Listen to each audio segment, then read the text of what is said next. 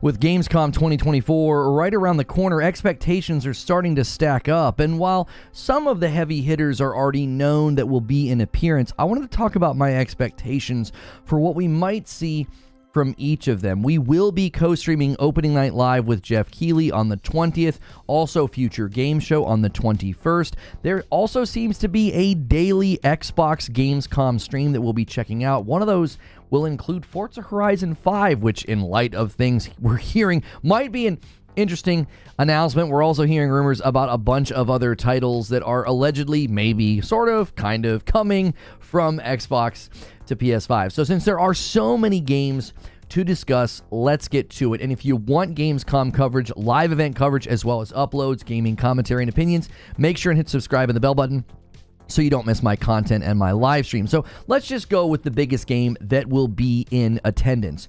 Call of Duty Black Ops 6. Now, Keighley indicated with the tweet that this will be the first campaign playthrough reveal, which honestly excites me the most because I think the potential for this campaign is huge. I have said many times that this Call of Duty may end up setting records for the franchise, given the popularity and the history of Black Ops with the Call of Duty community. Black Ops 1 and 2 are two of the most popular, most played Call of Duties to date, and I've always thought that the Black Ops 1 campaign is one of the best, right? The numbers, Mason. Well, the numbers may look really good for Call of Duty this year in particular. Maybe it'll have good impact on Game Pass signups. I've said it would likely take the crown away from Starfield with the single greatest amount of people signing up for Game Pass, and since they're going to need Ultimate if they want to play day and date, the Game Pass, strategy might start to look a little bit different now that they have bumped that up. But with Black Ops 6, we could see a heavy impact there. And I'm excited about the campaign reveal because I actually think the campaign should be pretty strong based on everything we have seen up to now. Now, the next big title that will be a part of Opening Night Live is Marvel Rivals. And while I don't see myself playing this game all that much, I continue to think it has the potential to be very popular. And the Geoff Keighley announcement about it says that there will be new heroes and more. Now, the image they posted sort of has a Black Panther and Wakanda themed feel to it, but the character in the image is clearly not Black Panther, since Black Panther's already been revealed. Now, many were speculating that it might be Killmonger, but the character almost looks robotic and he has like pointy ears. So I did some searches of like potential Black Panther villains that it could be. And the White Wolf honestly looks somewhat like what is in the image, even though the character is from behind. Now, I'm not a Black Panther comic expert, so we're going to have to wait and see. That was just like my quick like Google search of like, well, what are some Black Panther villains? Who could this be in the image? Now, next up is Indiana Jones, and this is the one that's causing a little bit of a stir. All Geoff said about this was that it will be a new look at the game. Now, I'm hoping for more gameplay. I honestly hope it looks improved. I feel like their last outing wasn't really bad, but it looked a little rough at times. And I've continued to say that I worry the dev timeline for this has been far too short. In the middle of 2021, Pete Hines said that the game was in very, very, very early development. That to me sounded like, well, they had just gotten started, which is roughly only 3 years ago. That's a very small development window for a game like this, unless of course they already had stuff that they were working on that maybe they sort of retrofitted into this, because the first person perspective and the shooting and stuff could have been some type of a Wolfenstein build they were working on. We don't know. We also know that Indiana Jones and Germans, tend to cross paths, so there could have been some assets and set pieces and things that they were able to utilize to speed up development. But Indiana Jones is sort of at the center of a bunch of rumors. I was told that that is the title that's being announced for PlayStation 5. It will happen at Opening Night Live. That's what I was told. And I was like, I don't know. That feels really weird with the timing. Like, is now the right time to make that announcement? But I said this morning during Morning Coffee, a segment that I do with my members before I start the day, I said, maybe I have unchecked presumptions in my brain. Maybe I'm making presumptions about what Xbox would or wouldn't do based on just the past, and they've seemingly really left the past behind. This has been a very different year for Xbox. So who knows? We'll be co-streaming it, and if they announce that game is coming to PlayStation 5, the other rumor attached to it is that it's been delayed, and that's why I've been dismissive of that rumor. They just held a preview event, according to Insider Gaming, where they said it was on pace to still come out in 2024. I don't think you would have a preview event right before Gamescom, basically telling the press and the people that were there, yeah, this game's still coming in 2024, if you were delaying it. So I was more dismissive of the rumors also because of that. Now, another big title that will be opening at Opening Night Live with Geoff Keighley will be Monster Hunter Wilds. And leading up to the event, they are releasing daily weapon videos, which have been getting millions of views. So, needless to say, it's a hugely anticipated game, and its current release date is simply stated for 2025. So, maybe they plan on giving us a release date instead of just saying that it's coming next year. Now, the next game that could end up being a huge hit is Dune Awakening, and they're going to be showing a lot. According to their own site, they're going to do a 5-minute gameplay reveal at Opening Night Live with Keighley. 5 minutes of gameplay is a pretty good amount, but they're not done. Later during Gamescom, they will have a 30-minute gameplay showcase. Now, hopefully that's not 30 minutes just sort of rehashing the 5 minutes they've already revealed. It seems like they want to show up at Gamescom and really give people a look at this game. And I think this lengthy look at Dune Awakening will really help people understand if it's going to be the type of game for them. It's described as an open world survival MMO, and it actually has some really creative ideas about how, like, the sand is going to move, and that will make structures disappear or appear. Ever-changing world. Really cool concept. We're going to see how it, lands in execution.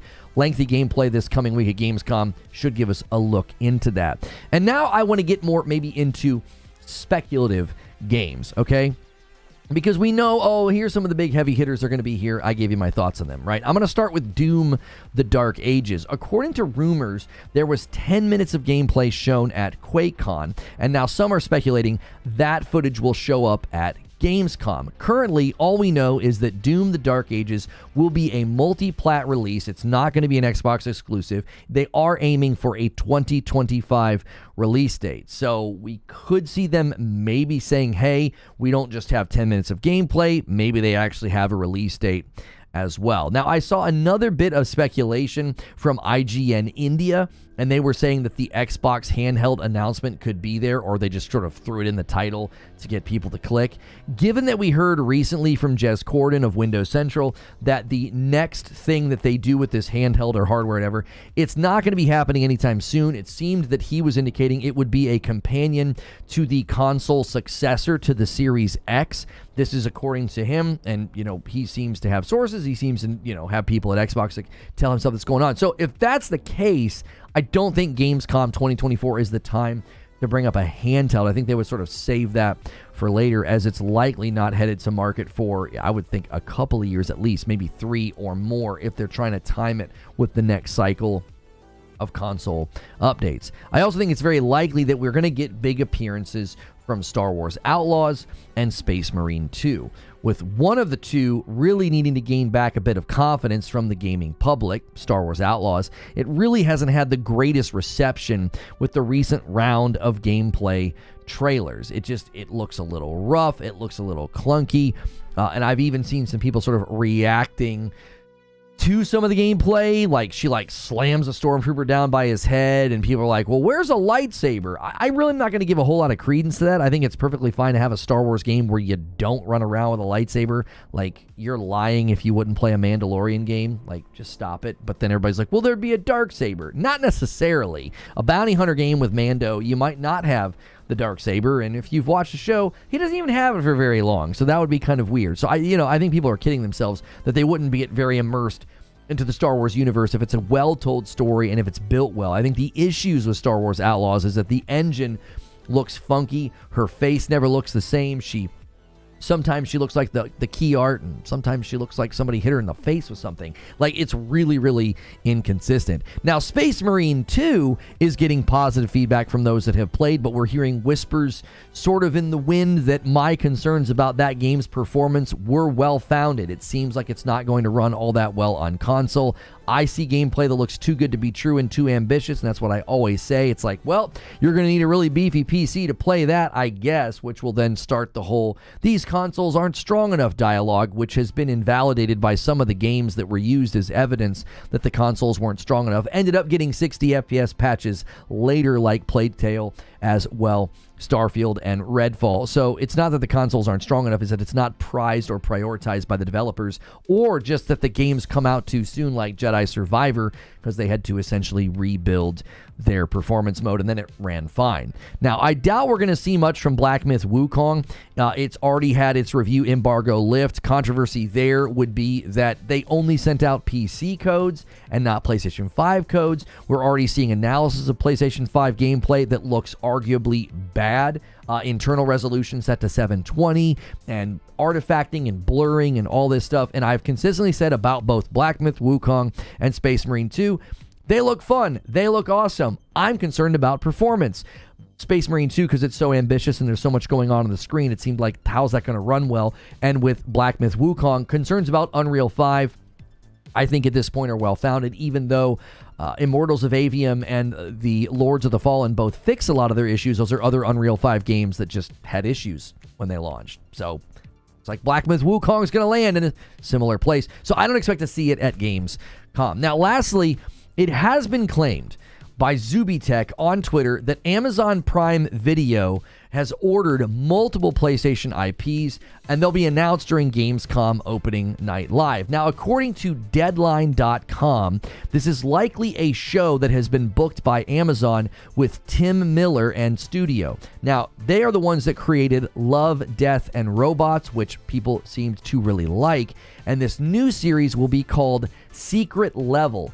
Now, according to the Deadline article, quote, like Love, Death, and Robots, whose episodes are based on short stories, video game anthology Secret Level, created and executively produced by Miller, it consists of original short stories which are set within the worlds of beloved video games. I hear details are scarce, but Amazon Games' New World, Spelunky, and PlayStation titles are rumored to be among the games and IP featured at the series, which is expected to be unveiled soon, likely during Gamescom opening night live. Now, the plan here might be for them to say, hey, let's make a bunch of like really, really small one-offs, and if they're a huge hit, maybe that justifies billing and booking an actual entire show. That could be what the strategy is here. We've seen really good reception to the Fallout TV show, probably the best, if not second best video game show I have ever watched.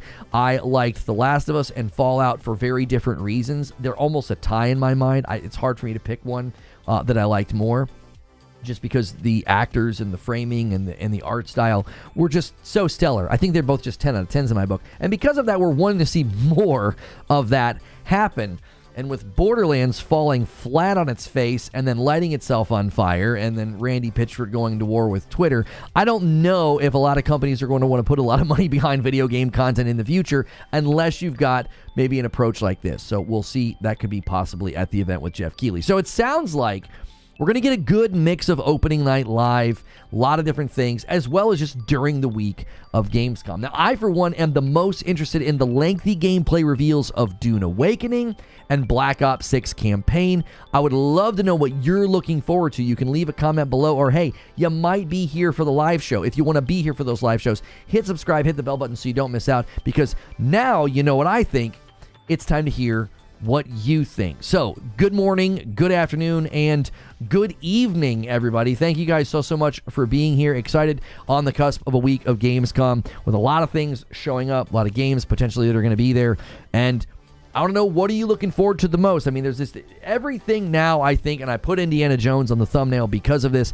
I feel like all eyes are suddenly turning to Indiana Jones. And I didn't have time over the weekend to look into why. I was seeing other articles. I was seeing other tweets. The difficulty right now is there are so many Twitter accounts that don't post a source. They just tweet something and you're like, I don't know if this is real or not. I don't know if this is fake. And so all day Sunday, I was busy with family and other responsibilities and just did not have time to look into this. So maybe you guys can inform me, why is Indiana Jones getting so much traction all of the sudden?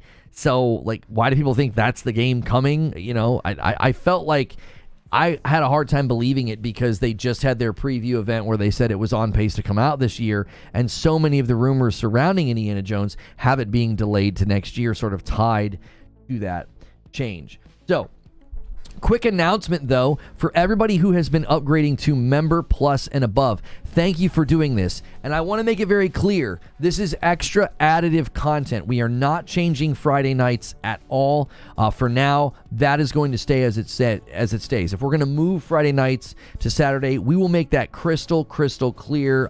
That'll be something that we sort of poll you guys about and ask you about. We are currently at 509 people at Member Plus and above. So you get an extra stream Saturday afternoon with me, IRL, and that's for Member Plus and above because those are the people that unlocked that, all right? So if you want to be there for that, upgrade to Member Plus or VIP and help us hit the next milestone. 600 will be the next one. We're going for 1,000. When we do that, I'll do a big thing where we build a computer on stream and you guys can make fun of me. Everybody thinks I won't know what I'm doing. So make sure that you guys do that, and then do what Mick D09 just did. Han shot first, and so did you. Thank you so much for renewing your VIP. Says smash the like button. We already had a couple people renew their memberships during morning coffee, so we already have 3 memberships on the day, guys. And do what Mick D09's saying, man. Smash the like button. That'll help us out. And I want to know what you guys think about this. And DK Bager with the first gifted member of the day puts us in a nice position as well with 4 already to start the week.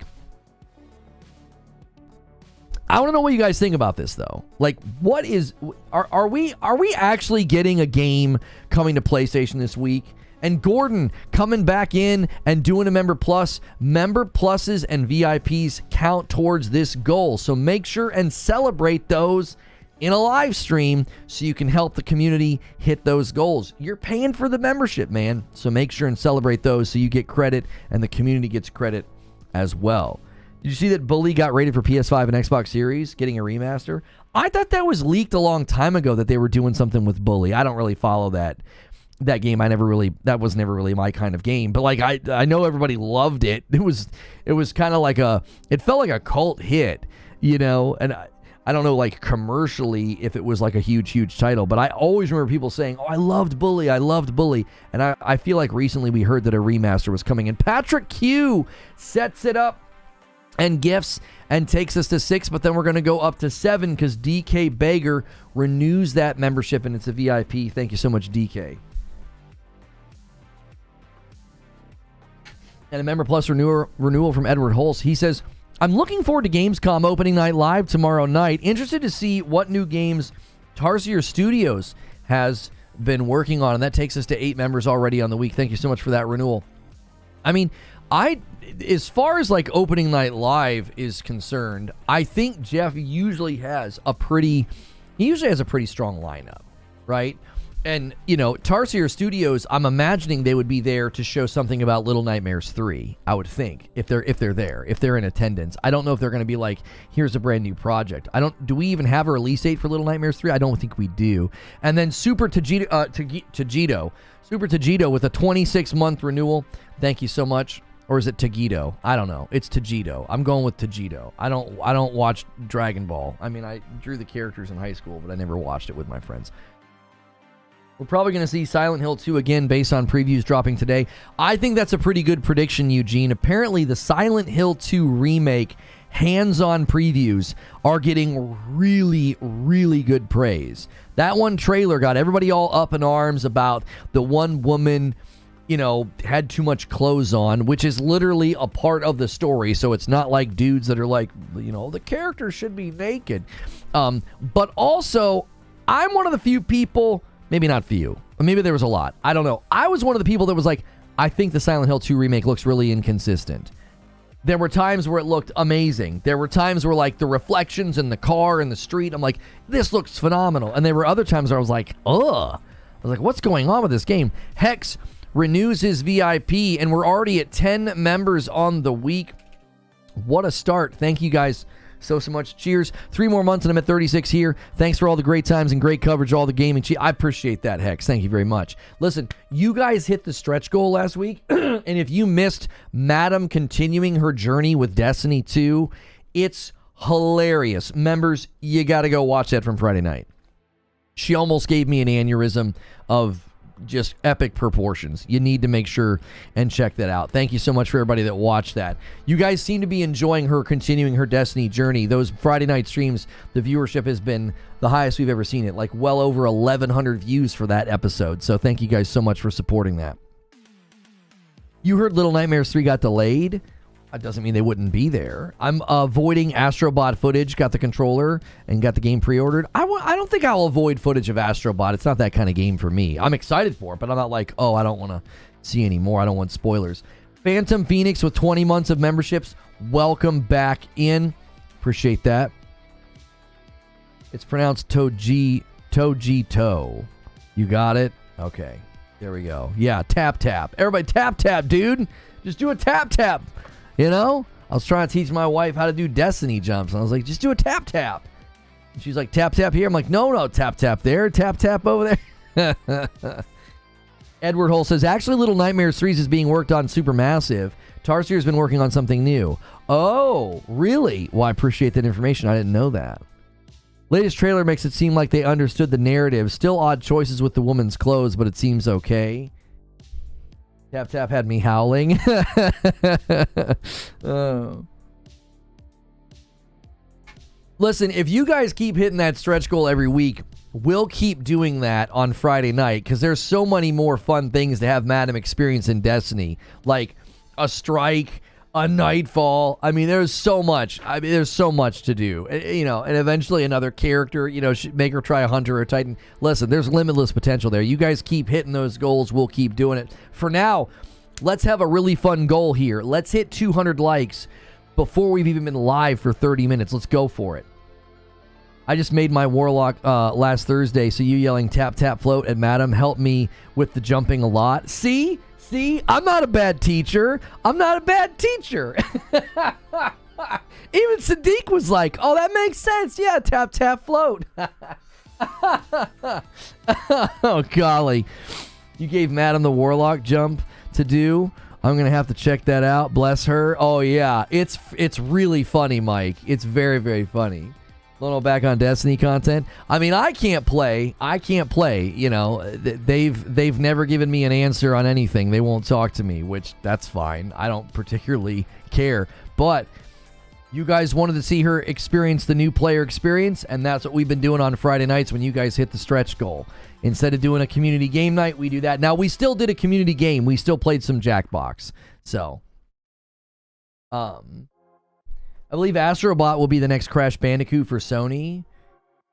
Yeah, I mean, a lot of people have said that like Astrobot looks like it's set up to be PlayStation's Mario, and I think that's well stated. I think everybody kind of has to have their little mascot, right?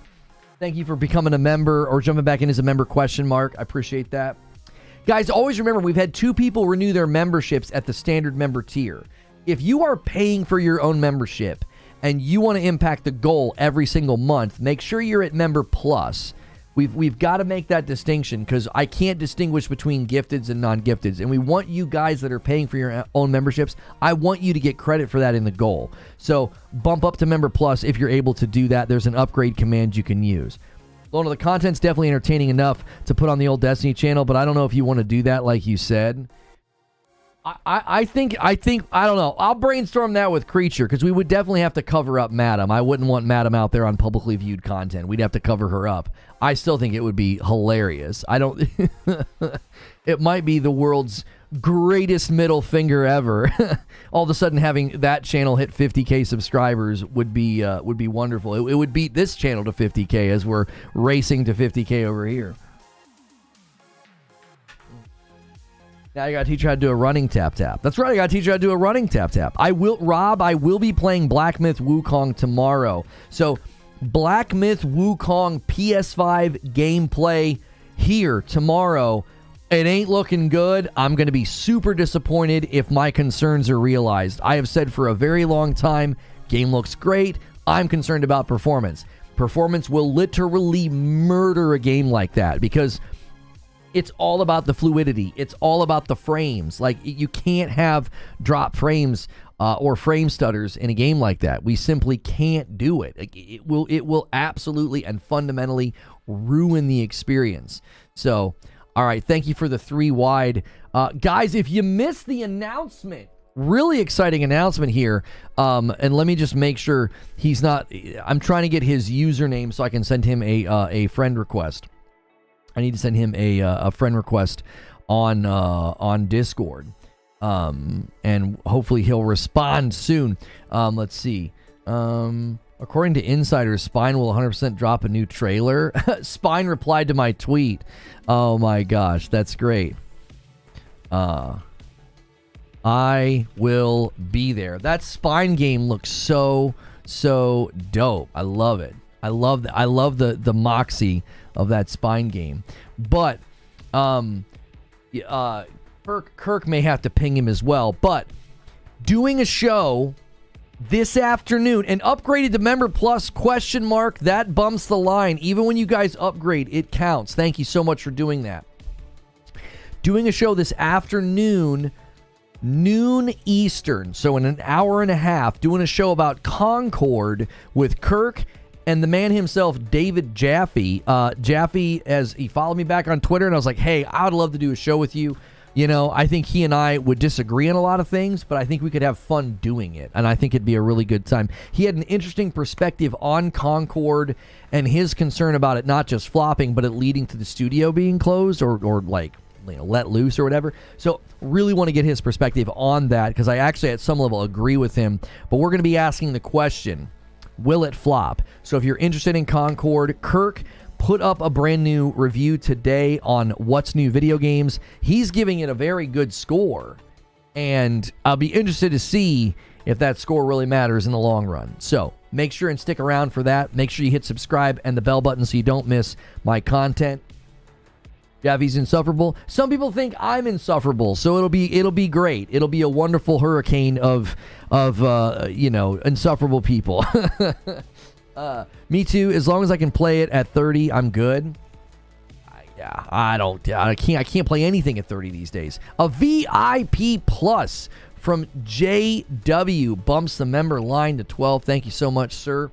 I hope Wukong doesn't make me regret my pre-order policy. Very excited to play it. Hope performance doesn't disappoint on my PS5. Also, yay, 42 months. 42 months. Thank you so much. That's a lot of months, JW. That's a lot of support. Thank you so much. Zubair raised his hand. Lone was insufferable. That's right. Yeah, Jaffe's coming on the show. Yeah. It'll be a larger discussion than just Concord as well. There's a lot going on with live service and trend chasing, and yeah, it'll be a fun time. So I'm excited. I actually, there's been things he said in the past that I've disagreed with, but I think that makes for good conversation. I really, really do. So.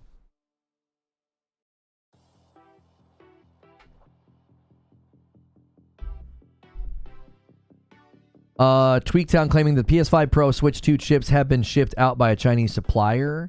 But why do they include Xbox there? Is Xbox doing something new too? It says Chinese chip supplier Welltrend says it has shipped integrated circuits for new PlayStation, Xbox, and Switch consoles, pointing to a PS5 Pro and Switch 2. So why are they not saying that it points to a new Xbox piece of hardware? When's the show? In an hour and a half, 12 p.m. Eastern. Maybe those PS5 Pro rumors are going to be sooner rather than later.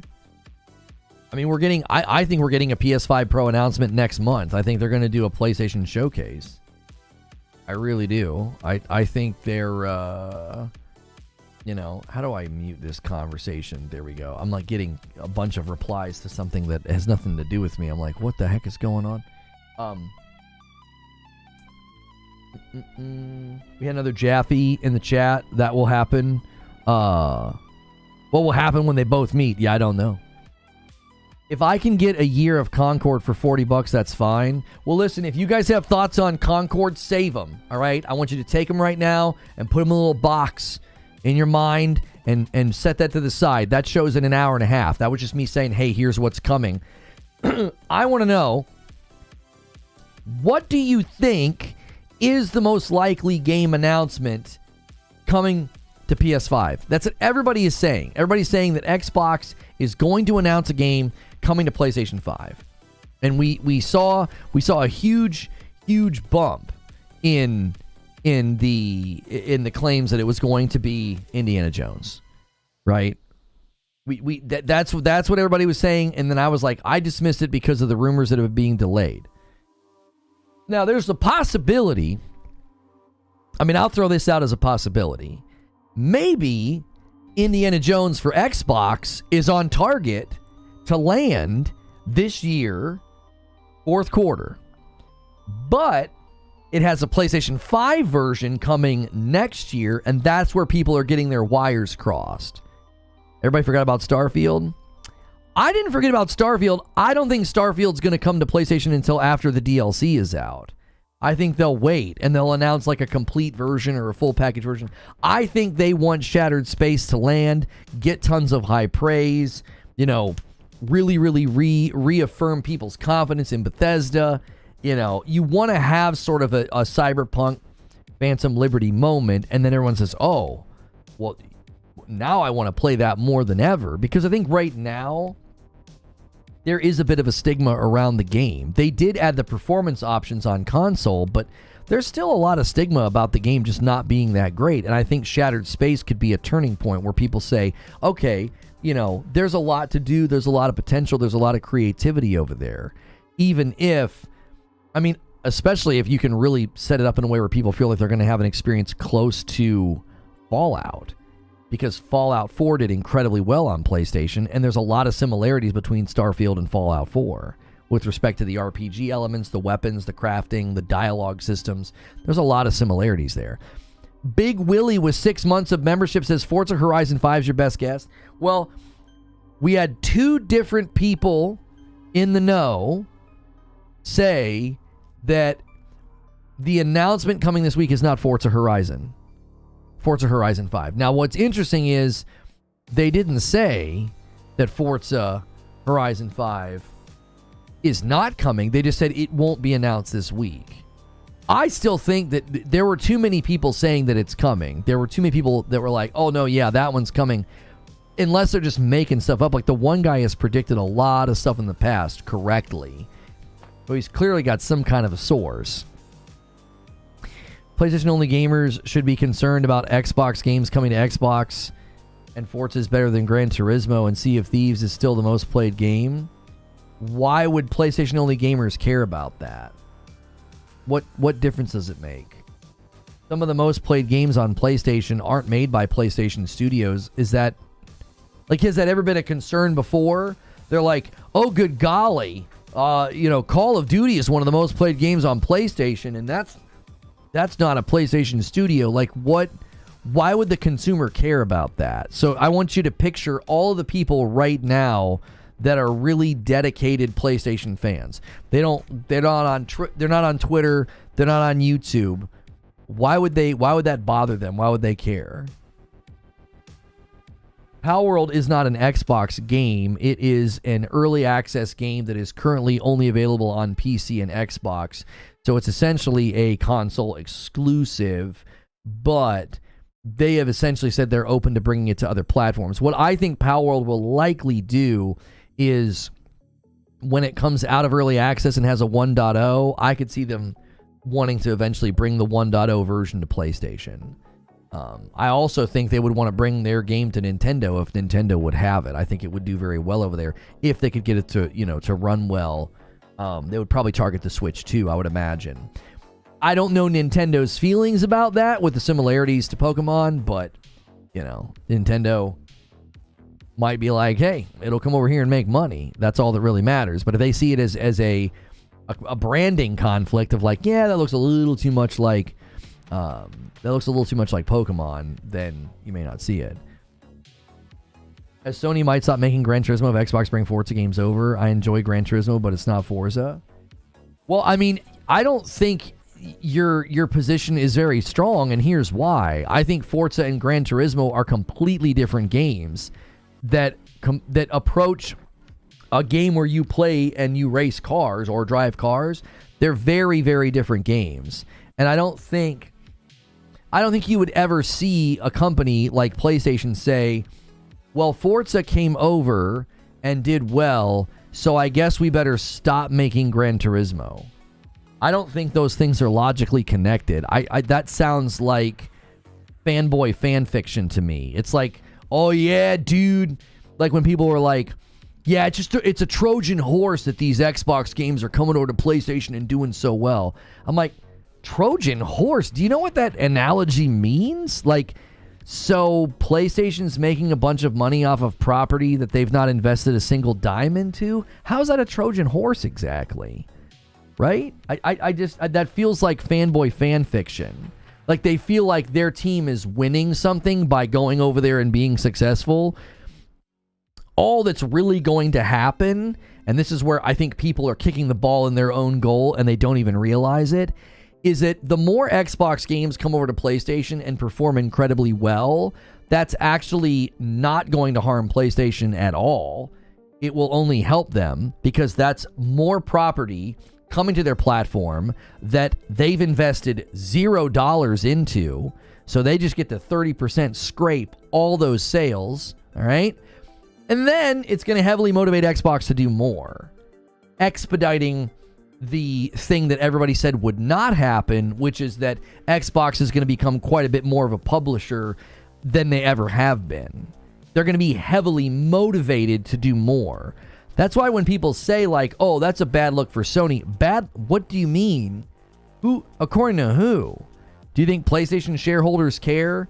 Wow, you did such a good job. So much market dominance. Somebody you used to compete with is now publishing games on your platform. Do you think the shareholders are like, well, that looks really bad on Twitter and some podcasts? No. The shareholders are like, good job. Way to really win that fight. You know, you did such a good job that a former competitor is now publishing games on your platform. Like, the people who spend money and invest money, they look at this completely differently. This is why at the end of last year, when the Wells Fargo summit happened, and you had people saying, oh, that CFO needs to keep his mouth shut. He doesn't know what he's talking about. Really? The CFO? The CFO is the one that knows what's going on. He knows where the money is. He knows how to make the money. And he was talking to would-be investors. Zero Steel with 14 months says, wow, whoever commented that Sony would ditch Gran Turismo, one that we don't need to insult anybody, Zero Steel. I mean, come on. They can have their opinions. We don't need to call them a name. Thank you for 14 months, Zero Steel. And by the way, guys, again, when you do those member celebrations, they move the needle over here. They add to the count if it's a Member Plus membership or a VIP. So make sure and upgrade if you're wanting to help out. Like C. Lou just hit 16 months at Member Plus. So if you have a Member Plus or a VIP, always remember to celebrate those during the stream. I give 5 every 25, and we appreciate your support very, very much. I think that Forza and Gran Turismo can exist in harmony with each other, even if Forza doesn't come to PlayStation. They're both very different, but very fun racing games in their own right. I'm not a fanboy or Trojan horse view. I just have a concern as Sony might stop making Gran Turismo games as Forza Motorsport and Forza Horizon are completely different games to Gran Turismo. Well, Forza Motorsport would have to not be a pile of garbage with a terrible user score to be a threat to anything. And Forza Horizon is not at all a threat to Gran Turismo. They're very, very different games. If you talk to people who play those types of games, they constantly talk about how different they are and how they completely appeal to different frame of mind and different types of gamers. Like, it's a very different approach to gaming, you know. And listen, I'm not a car guy, so I didn't know that. I remember thinking the same thing, but in a different way. I thought Well, PlayStation isn't going to want Forza to come over because it'll feel like it's too similar to Gran Turismo. And I got educated by a bunch of people who have been playing these games. They're like, no, they're completely different. And I'm like, oh, well, I didn't know that. So, I mean, I can understand why you might think that, but it doesn't sound like you're a big fan of Gran Turismo, and like it doesn't sound like your concern is genuine, because if you were a big fan of Gran Turismo, I feel like you would know the differences between the two. You seem to not know the differences between the two, so your fear isn't really even founded in fandom of Gran Turismo. It just seems like it's FUD. Fear, uncertainty, and doubt. Like you're just trying to churn the waters, be like, yeah, I don't know, dude. I mean, they bring Forza over, they might stop making Gran Turismo. I was like, I don't think so. I don't see any reason to think that. And I don't even play the games. I don't have a vested interest in any of it. You know, people said I was port begging for Forza Horizon 5 to come to PlayStation 5. And I'm like, well, unlike you, I don't have to port beg because I own all the systems, and the only people who use the term port beggar are usually linked or like locked into one system. So I'm sorry you're only locked into one system. I'm not, so I don't have to port beg. I can play anything that comes out. Sorry you can't. Secondly, I own a Series X and I own Forza Horizon 5 because I'm on Game Pass Ultimate, right? Like, own it in parentheses or quotations. I can play it right now. You don't need to port beg for games you already have, right? When people said I was doing that with Starfield, I was like, well, I could play Starfield on my PC. I could play it on Xbox. I own it in 2 different places. I guess I could wear the watch if you want me to. Like, you don't need to port beg. You don't. Like, you only need to port beg if you only have one system. Like, so to me, it's like, if you're a genuine fan of Gran Turismo, I don't know why you would see Forza Horizon 5 as a threat. They're very different games. A $5 super chat from Street Shadow. Gran Turismo is such a big platform outside of just the game. It's the sim racer in Europe, Japan, and around the world. No way they are dropping that. As I said, it doesn't sound like a fan of Gran Turismo because he would know these things. 40 months from Creature at a Member Plus, and that bumps the line to 17. And then a Member Plus from Paul, and that bumps the line to 18. He says, I move needles. I'm important too. And then Leo Mero with 12 months in a VIP, a whole year. I can't believe I found your stream because of ABK. I love your perspectives on gaming. Here's another year. Thank you so much. That's 19 today on the member count. And VIP renewal from Von Raz puts us a 5-bomb away from the first 25 of the week. We'll see if anybody drops that 5-bomb gifted. I have all 3 on both consoles and too many hours in both. I'm just saying what I think. Okay, you're saying what you think, but what's informing your thought? What's informing your thought? Like, so you've played a bunch of Gran Turismo and you've played a bunch of Forza Horizon. Why do you think they're a threat to each other? They seem very different. Fans of both games have been like, they're not the same at all. Delta Boss jumps back in with a VIP renewal. Thank you so much, Delta Boss. I hear people that know these games saying the complete opposite of what you're saying. So I'm wanting to know what brought you to this conclusion. Like, you're like, well, it's just what I think. Okay. What brought you here? Why do you think these games are in competition with each other? Because other big fans of Gran Turismo are like, yeah, no, they're completely different games. They're not even remotely in contention with each other. It's like saying NFL Blitz is a threat to Madden, says Eugene. And a 16-month Member Plus renewal from Bolton Gaming. This is weird. It doesn't feel like it's been 16 months. Love from Canada. Love to Canada. Thank you so much, oh Canada. And then a gifted member from Jose. Oops. 23 members on the day. Thank you so much for gifting a member, Jose.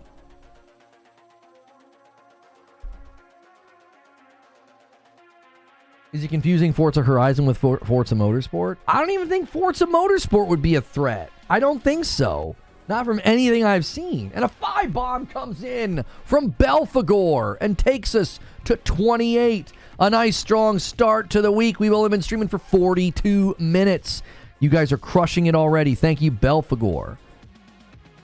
I guess Sonic and Mario are actually the same game because they both have jumping. Yeah, rather than just dismiss what he's saying, I'm genuinely trying to get to the bottom of, like, how did you get to the point that you think this? What have you experienced in Gran Turismo that makes you think that? And listen, this is on topic with the Gamescom 2024 predictions, because that's one of the big ones that got thrown out. And then both Tom Warren and Jez Corden are like, no, they're not announcing that this week, which isn't saying it's not coming. They're just saying it's not being announced this week. As I've always said, it's not always about what they do say, it's about what they don't say. Like when Phil Spencer said that they had no plans to put Game Pass on PlayStation and Nintendo, and everybody thought it was a refutation of the CFO's remarks.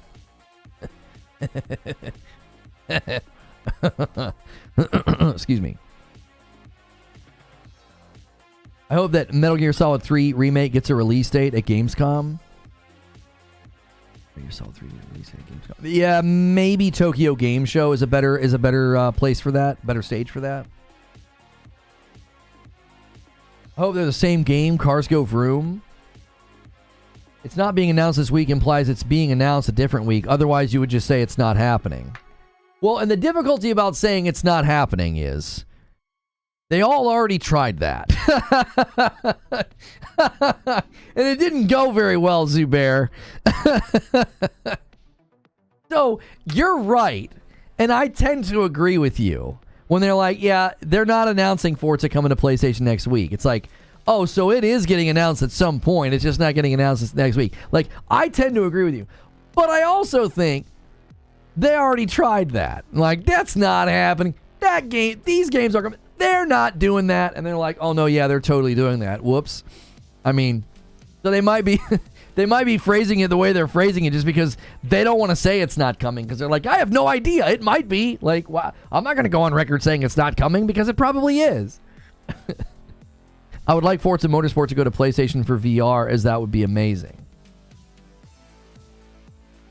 Yeah, I mean, hang on. I want to give you credit. Did you say anything else to add to the position? You say Gran Turismo and Forza Motorsport share the same player base. I think what you're saying is unfounded because they're on completely different platforms. So, I think you're just saying stuff. I don't think your position's founded on anything factual. I don't think it's based on any actual information. I don't think Forza Motorsport and Gran Turismo share a player base. Now, they probably share some players, but they don't share a player base. They're on completely different platforms. Like, if you just look at the market saturation differences between the consoles right now, that's quite literally impossible. Like, that's mathematically impossible for all of the Gran Turismo sales and community members and people playing to be the same as the people playing Forza Motorsport. Forza Motorsport had to be a commercial failure. It had to be. It scored so terribly with the users. There's no way it sold well. Number one, you put it on Game Pass. Number two, you put it on Steam, and it has a terrible score. There is no way. We looked at that with Jedi Survivor, and it was like you could tell it sold way less on Steam because of the user score. Forza Motorsport on Steam has a 41%. Like, this is embarrassing. I mean, I don't know what you call this. Like, my camera's all wrong because of Friday night. There ain't no way it did commercially well. There just isn't. There's just no way. So I don't see that as being like, oh, there's this monsoon of players playing Forza Motorsport that are also fans of Gran Turismo. You have friends that play both? I mean, that's not evidence of anything. That's anecdotal at best, and an incredibly small sampling. You're in a YouTube chat talking about video games. You're very much the minority. Like, you are more invested. You're more plugged in. Your friends are then also, I think, probably more plugged in and maybe have multiple systems. So, what I really need to see is Gran Turismo 7 on PC. Yeah, I wonder if that'll ever be one of the ones that makes the jump.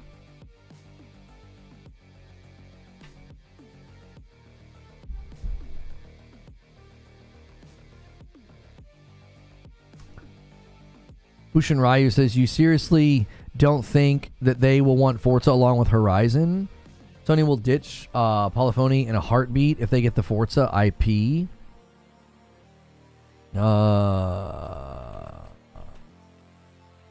What?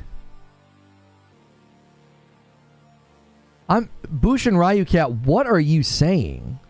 They would ditch the developer of Gran Turismo if they get, I don't understand what you're saying. They would ditch Polyphony in a heartbeat if they get the Forza IP?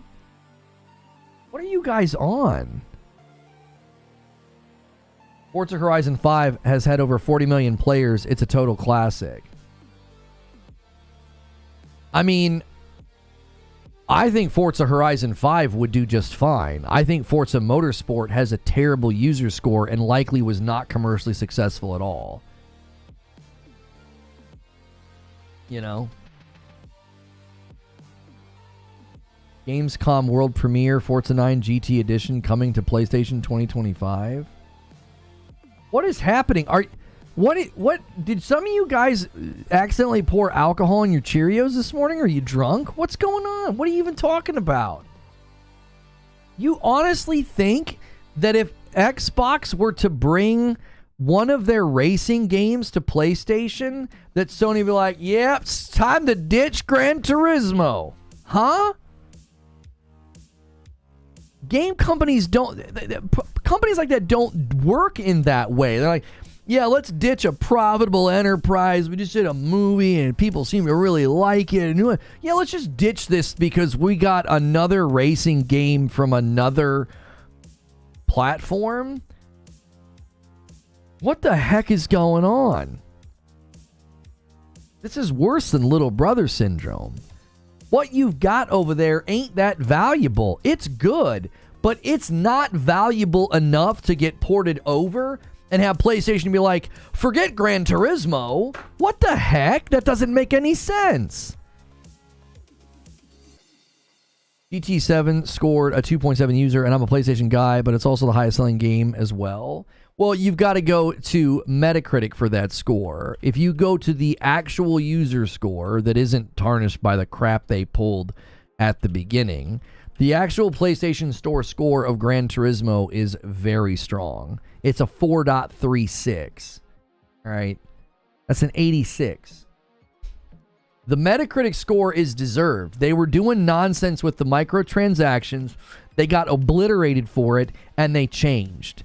And now the game is in a good relationship and is highly praised by the community. 23,000 votes in the PlayStation Store. It has a 4.36. This is what people think of the game now, right? That's the problem is Metacritic user scores. Number one, we know review bombing can happen. We know Metacritic's okay with review bombing because it's good for business. And number three, it only represents the game in a slice. A good example would be, Cyberpunk, a game whose score has gone up over time. Or Jedi Survivor. Its Steam score is deservedly terrible, and it's never really improved because they haven't really improved the game on PC.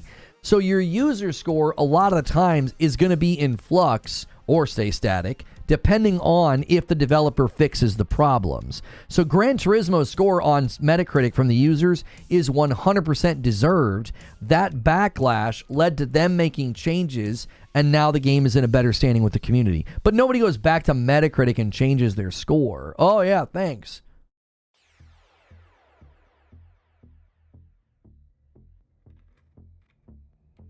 Y'all are laughing, but no one thought we'd get so many studios closing in 2024, did you? I don't put anything above Sony America. Yeah, but once again, you're not arguing in a logically coherent way, Bushin. You're not arguing in a logically coherent way.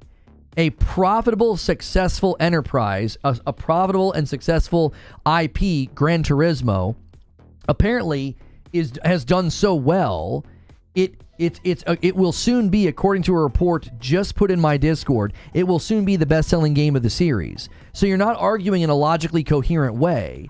You're taking one of the most successful games of the franchise and saying, well, even though they've arrived at this place, if they bring Forza over, they might stop making Gran Turismo. I mean, they just made a movie. Bushin's been pretty sane, right? This seems out of character. I mean, I feel like Bushin's come in and done some fanboying and stuff in the past. My memory is that sometimes they get on a weird hair, Gran Turismo movie has a 98% from the audience on Rotten Tomatoes. Like, again, again, I don't see the property as being under threat at all. There's no evidence. There's no evidence to lead you to think that Forza has anything, even the remotest of threats against Gran Turismo. Gran Turismo was good. It didn't do well with the critics. It was in like the 60s. Then the audience went and saw it. A 98% with the audience on Rotten Tomatoes. That's not easy to pull. Go ask Borderlands how well it did with its user score on Rotten Tomatoes. Dude, if your movie sucks, you get obliterated from the users. A 98% is pretty dadgum good. You know, again, I always go to the user score. User scores are the best thing you can do. Metacritic, not so much, but at least it gives you a snapshot of what people thought of the game at that moment, as long as it wasn't a review bomb, because some games have been review bombed on Metacritic. And Metacritic doesn't even seem to try to stop it. Their best-selling franchise of all time is about to have their best single-selling version of all time. It's not going anywhere. How could you be so willfully ignorant? Yeah, Gran Turismo is also like one of the better pieces of property that PlayStation owns, is it not? Like, this argument is just ridiculous. Like I said, it's fanboy fan fiction. It's like I don't know. You think so highly of literally the only game that Xbox has delivered this generation that shows off the power of the Series X. You're so confident in that piece of property. You honestly think it would come over and even be the remotest of a threat to Gran Turismo. I just think is absurd. It's absurd. From a business perspective, it's absurd. Games like this can coexist. From a pure financials perspective, it's absurd. Gran Turismo is incredibly successful. It's just an absurd thing to say. Sony's highest selling franchise is Gran Turismo, 80 million above God of War at 63 million. Do you see what you're saying? What you're saying is utter nonsense. Like I said, there's no logical coherence to the argument. And you're like, well, nobody knew studios were going to close down in 2024. Oh, do you mean like literally everybody that said a major acquisition would lead to studio closure? Because I said that. What about all the financial analysis that said that more layoffs were coming and more studio foreclosure was coming? Do you honestly think 2024 studio closures and layoffs were like a surprise Pikachu face for anybody that wasn't putting their head in the sand? A lot of us knew it was coming, said it was coming, and then when it did happen, we were told, well, this is just where the industry is right now. Don't come in here and try to claim that like layoffs and studio closures were this surprise. And that, hey, you never know. I mean, they might stop making their most valuable piece of property because their weakened and deflated competitor is having to publish their games on another platform now. Hey, to me, they're equal. It could be that I don't want to see Xbox stop console making, that's all. Once again, there's no logical coherence to what you're saying. I don't know why you're talking about that. That's completely irrelevant to the conversation of, hey, what's the Gamescom surprise announcement this week? We know something's coming to PlayStation, and two reliable sources said that it won't be Forza Horizon, which means it might come later, which sparked you to say and others to say that it could lead to Gran Turismo not being made. You literally said, don't kid yourself, if they get Forza on the PlayStation, that they'll drop Polyphony in an instant. And now you're like, well, I don't want Xbox to stop making hardware. There's no logical coherence to what you're saying. I can't even track with what you're arguing anymore.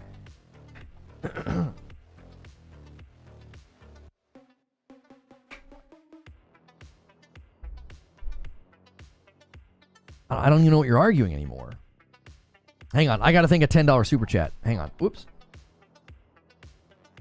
Britt Dyer with a $10 super chat. Member for 2 years. Gran Turismo is so superior. A, series is long lasting. B, in VR it's stellar. C, Sony made a movie on it regardless of how it performed.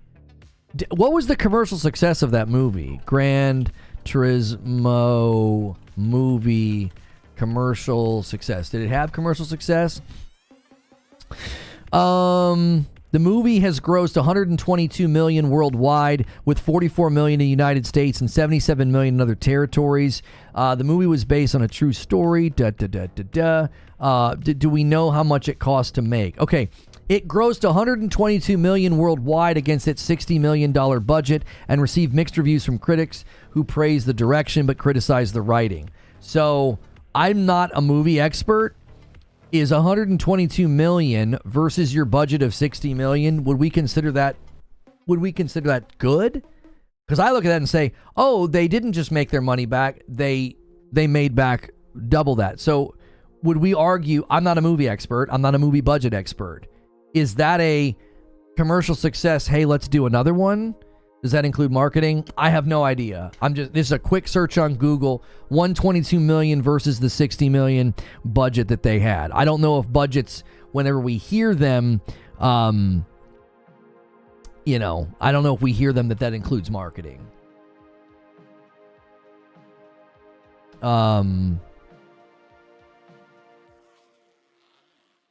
Box office, Gran Turismo narrowly outraces Barbie with middling 17 million. I don't know if they're saying that's middling as it's bad, or it's projected to narrowly outrace the competition, so it's possible that when the final tally is revealed, summer blockbuster will reclaim its crown and Gran Turismo will have to settle for second place.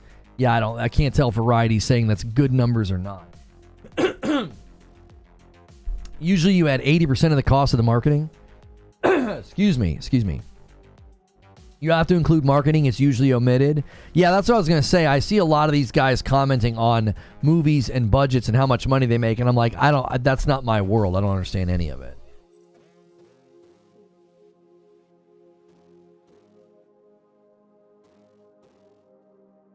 I noticed you were playing that You Don't Know Jack Party Box 9 on Friday. I was kind of jealous. Been trying to convince enough people to give it a shot. Look like you all are having a blast. Yes, people seem to like that for a community game night. We had a lot of fun with it. What did Uncharted make? I don't know. I thought I watched something recently that everybody was kind of surprised that Uncharted actually made money, but I don't think it got the greatest reviews. I feel like it made money just because it was, a summer. It wasn't like a summer blockbuster, and you had, Mark Wahlberg and Tom Holland, which was probably enough to sell tickets.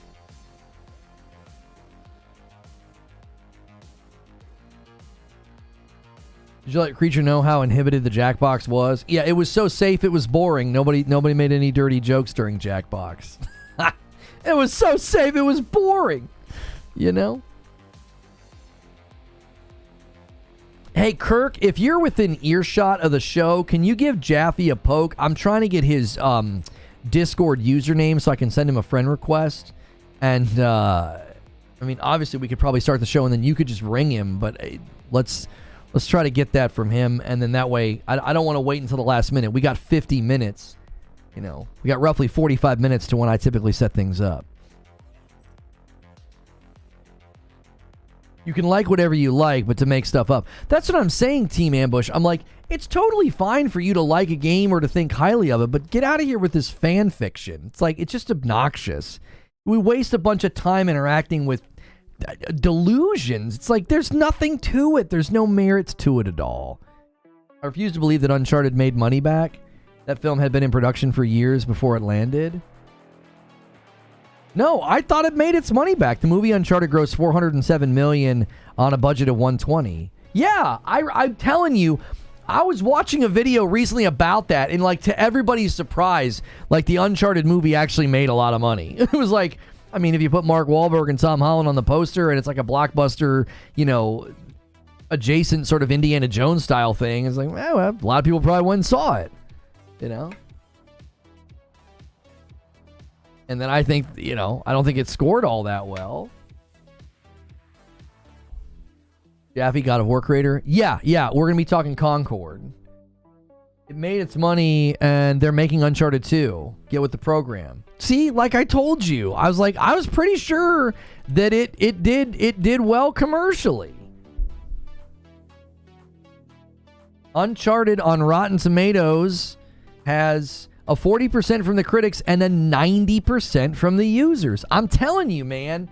I'm telling you, you've always got to go look at both scores. It seems like people had a good time with it. They're like, yeah, it was good. 90%.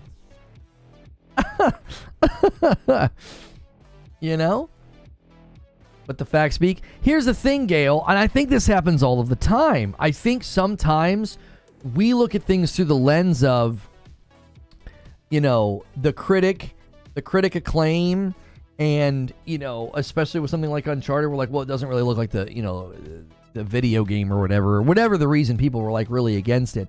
But then you've always got to go look at the commercial and the user score every time. Like Borderlands movie is a perfect example. Commercial success, It's a flop. It's going to absolutely lose money. Somebody somewhere is losing their dadgum job, if not a couple of people. All right. And then beyond that, you go look at the user scores beyond the critic scores, and it's like, good Lord, this thing is terrible. That's what I'm saying is like I think a lot of the times we forget that with movies, it can get really, really slanted in those first couple of days, and then that just becomes headcanon. Oh, Uncharted's bad. Well, yeah, the critics said it was bad. Users seemed to like it, and it made a ton of money.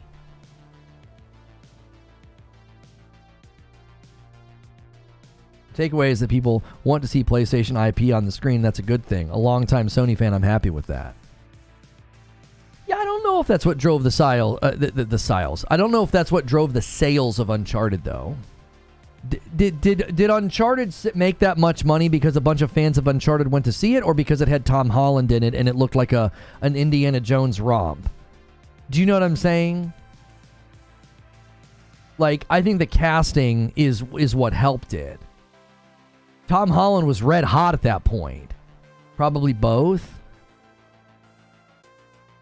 I mean, Uncharted's a pretty long-standing series, and it's been very successful. But I have to say, a lot of the people that went and saw that probably were like, oh, it's Tom Holland, I like him. You know, oh, this looks like it'll be a fun time.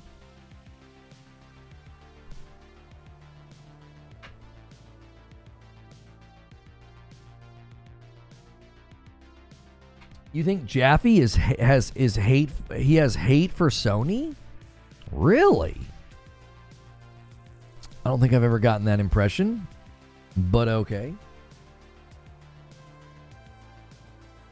I didn't like it, and video game movies haven't done well, so I just associated it with the label and I moved on. Generally shocked to hear that it worked out for them.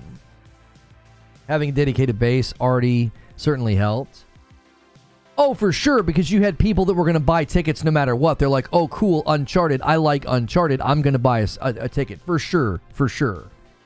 But I think Tom Holland is really what probably helped it. John Lipkowski gifts a member, bumps a line to 29. Guys, every 25, I give 5. We hit 50, I owe you 10. I've not done my 5 just yet. Uncharted was successful for Tom and Mark, but more so that Indiana Jones had been disappointing. Yeah, I wonder if sometimes there's like indirect results of like something's doing very poorly and it helps something that's adjacent to it. You know? It came out right around Spider-Man No Way Home.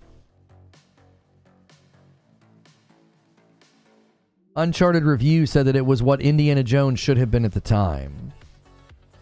You know what? I'm going to have to watch the movie now. I'm going to admit something. I fell prey. I fell prey to not thinking for myself. I remember seeing the reviews at the time and thinking, yeah, that must be pretty bad. I think a couple people came in and said it was pretty bad. You know, I fell victim to that. I was like, yeah, it must be bad. I should probably watch it. My wife would like it. She likes Tom Holland, and we like movies like that. I assumed the Gran Turismo movie was terrible. Yeah, a lot of people did. They were like, because the reviews came out, and they're like, yeah, what a pile of crap. Do you know how hard it is to maintain a 98% from the users on Rotten Tomatoes? Like, that's actually impressive for Gran Turismo as a movie. Now, its commercial success is not nearly as strong as Uncharted, but they definitely weren't able to lean on a more approachable brand, right? Like something that's sort of like Indiana Jones adjacent, and you have Tom Holland. A racing movie, I mean, I think people are like, yeah, I'm not really into cars. Like, it's actually interesting, as popular as Gran Turismo is as a franchise globally, that there weren't more people that went and saw it. John Lipkowski sets it up nicely. 30 members. We'll see if he can't bait the first 20 bomb of the week to take us to 50. And then I'll owe you guys 10. It's not a perfect movie by any means, but it's also not a straight-up adaptation of anything. Set pieces are borrowed from multiple games. Huh. Both Uncharted and Gran Turismo are good movies, says Creature. You just have to be ready to accept them for what they are. A perfect example of movie critics hated it, but the fans enjoyed it. Five Nights at Freddy's. Oh, Five Nights at Freddy's? How did that do on Rotten? Five Nights at Freddy's. Rotten Tomatoes. 30%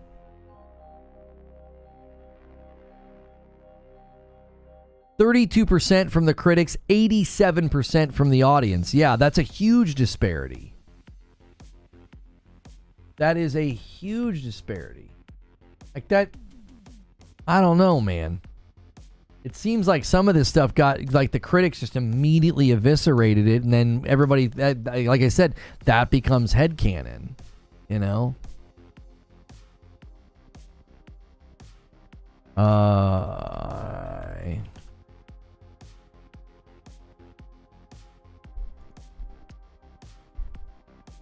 Yeah, Alien Romulus is getting really good reviews.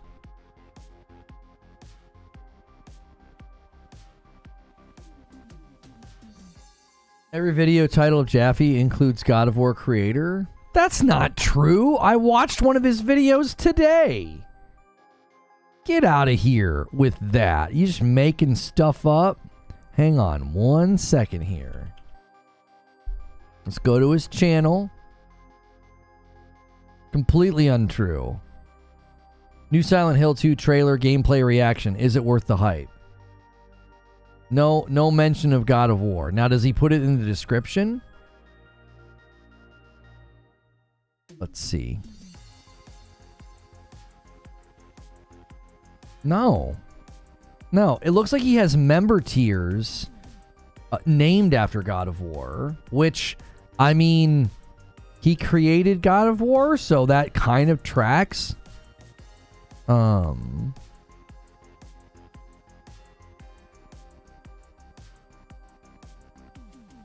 Feels like it? Well, it feels like you have 7 eyeballs and 3 feet. That doesn't make it true. I can't just say what feels like it. He doesn't even have it in the description. What do you mean it feels like it? All right, I'll tell you what. I'm on his channel right now. I'm searching for the term God of War, right? The only time it shows up is when he's actually talking about it. Now, 3 years ago, he has one called God of War Creator Reacts to Idiotic YouTube Comments. Okay. All right. 5 months, he says, I created Kratos God of War all by myself, and he's being sarcastic. Come on, man. Listen, the same thing happens to me. That's why I always immediately am like, oh, is this a true claim? Let me go spend 30 seconds researching this claim. Last one I saw unrelated to God of War, it was about Wukong, actually. Okay, all right. Hang on, let me go. Is there any merit? Screen Rant, Black Myth Wukong review equals I'm so confused, are you? No mention that he's the God of War creator in the title. And again, in the description it says, for now, do not sign up for the God of War tier membership as it will be changing very soon. You can always upgrade. Like, are you seeing that in the description and creating an alternate reality where, like, this guy mentions that he's the God of War creator every time? And it's like, no, he's telling people, literally telling them, don't give me money because I'm making changes to my membership. Like, what a misread, bro. What a misread. Come on. I would name my channel Jaffe of War. That'd be good. Video game movies are usually not good, says Wolf Saints. If you like the game, but just as a movie, it varies. I enjoy the Borderlands movie, but I never really played the games.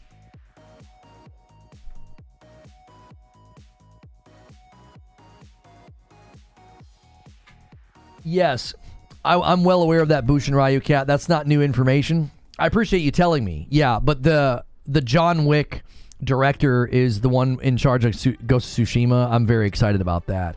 Because if there's somebody I trust with sword fights, it's that guy. The hand-to-hand in his movies is just, so good. It's like visceral and terrifying. Guys, take a quick second.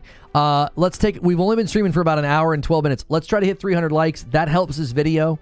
It helps it find more people. What a great turnout today. Thank you guys so much for a strong turnout. We're doing a second show today with the man himself, Kirk, and somebody you know that we're trying to give a shot, you know, because nobody really knows who he is, David Jaffe. Oh, wait, I said that backwards. Sorry. The man himself, David Jaffe, and somebody that we're trying to give a shot. I'm just kidding. You know we love Kirk. Kirk here is here every Monday for our second show and our second segment. And he put out a Concord review today that we're going to be kind of promoting during the Concord discussion. Give him some love on that Concord review. If you haven't checked it out already, his channel is What's New Video Games. And yeah, we're going to be talking about, is it going to flop? Is it going to flop? It looks like a lot of you don't follow Jaffe at all. He's become a joke with horrible takes and salty of Sony. Who told you that, Lord Horg? Like, did somebody tell you that in a video about him?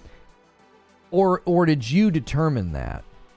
Like, he has some opinions about Kratos and God of War that I don't agree with, but I don't think that that's what you're saying is true. Like,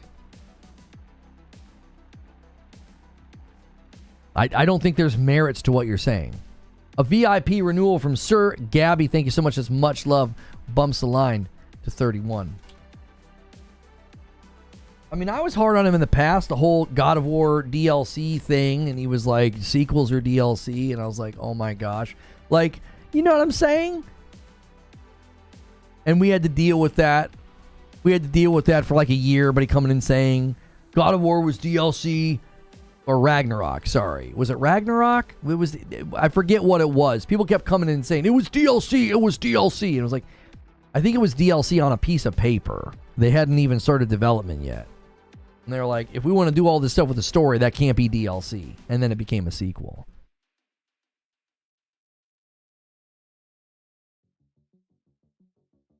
He doesn't like the new games? I'll ask him. I don't think he's ever said he doesn't like them. I think he disagreed with some of the direction, which, okay. There were people, not named Jaffe, that didn't like the story of Ragnarok and how it became about what Kratos made it about in the end. There were people that didn't like that. I remember people saying that. They're like, oh, that's like, there were people that didn't like it. They felt like it was too soft. They wanted it to be visceral and brutal to the very end. They didn't want to see reconciliation and character arcs that went on a redemptive path. You know? He wasn't the only one. I remember playing Ragnarok at the time, and I had people that were taking issue with the story direction. Ragnarok was not DLC. I still haven't finished it because it's so big. Yeah, they had originally scoped out story elements of like what they wanted to do with some DLC, and they decided that there was too much. They're like, no, this would need to be an entirely new game. And out of that, Ragnarok was born. To which, you know, anti-Sony fans ran with like crazy. Oh, it's DLC, it's DLC. And it's like, okay.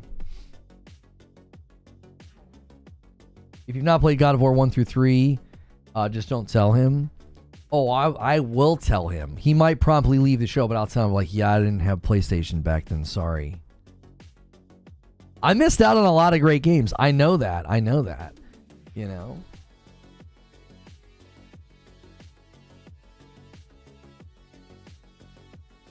No one told me. I watched him go toe-to-toe with King Thrash and company. You watched him go toe-to-toe? I found the video. I told you. You found a video?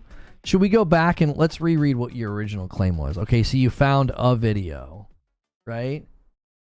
Search God of War creator reacts to Wukong final trailer. Okay, so that's a video that he made. Okay. So, do you want me to reread your original claim? I mean, do you want to keep going? I feel like you want to keep going because you keep bringing it up.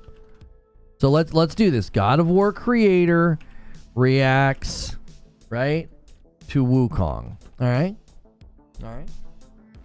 Okay, that was 11 days ago. All right. He did the same thing 2 years ago. God of War director reacts to Black Myth Wukong. I wonder, is that how he titles his React videos? Because your original claim was, every video title includes God of War creator. And that was your original claim. It doesn't feel like you're substantiating that claim very well, right? Is that his naming pattern for reacts? No. I can't figure out why he uses it. He doesn't use it every time. He's got reaction videos in here that don't do that. I don't know. Probably just goes with whatever he feels like in the moment.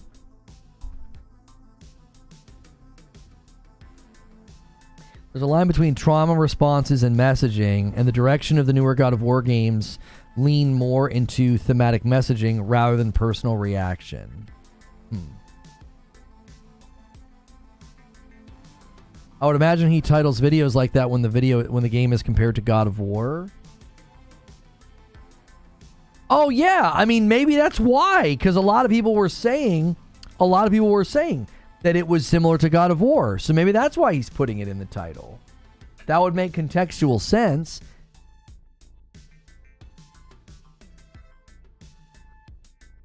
Do you see why I like to look into claims like that? Because it's the bane of the internet. To make a sweeping claim about a person, to make them look a particular way, and upon how much time did we spend researching it? 2 minutes, maybe. Went to his channel, looked at titles, did a search. Right? Like, oh wow, that claim is false and not true. Okay? Now, if that claim would have gone unchecked, it takes root in the brain of people, and they're like, yeah, I heard that he does this. And it's like, but he doesn't. I was being hyperbolic. Guilty. Okay. You pushed back when I asked, and you said feels like it. Right? And you said last one I saw. So, your immediate pushback wasn't, well, I'm being hyperbolic. It's not every video. You were like, feels like it. That doesn't sound like you're being hyperbolic. It sounded like you defended your position.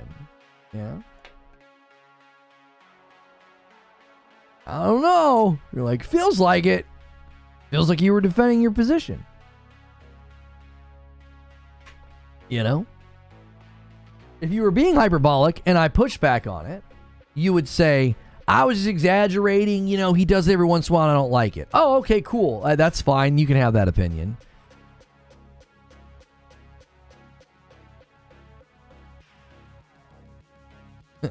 My dad went out to get a pack of day one patches and some milk, and he never came back.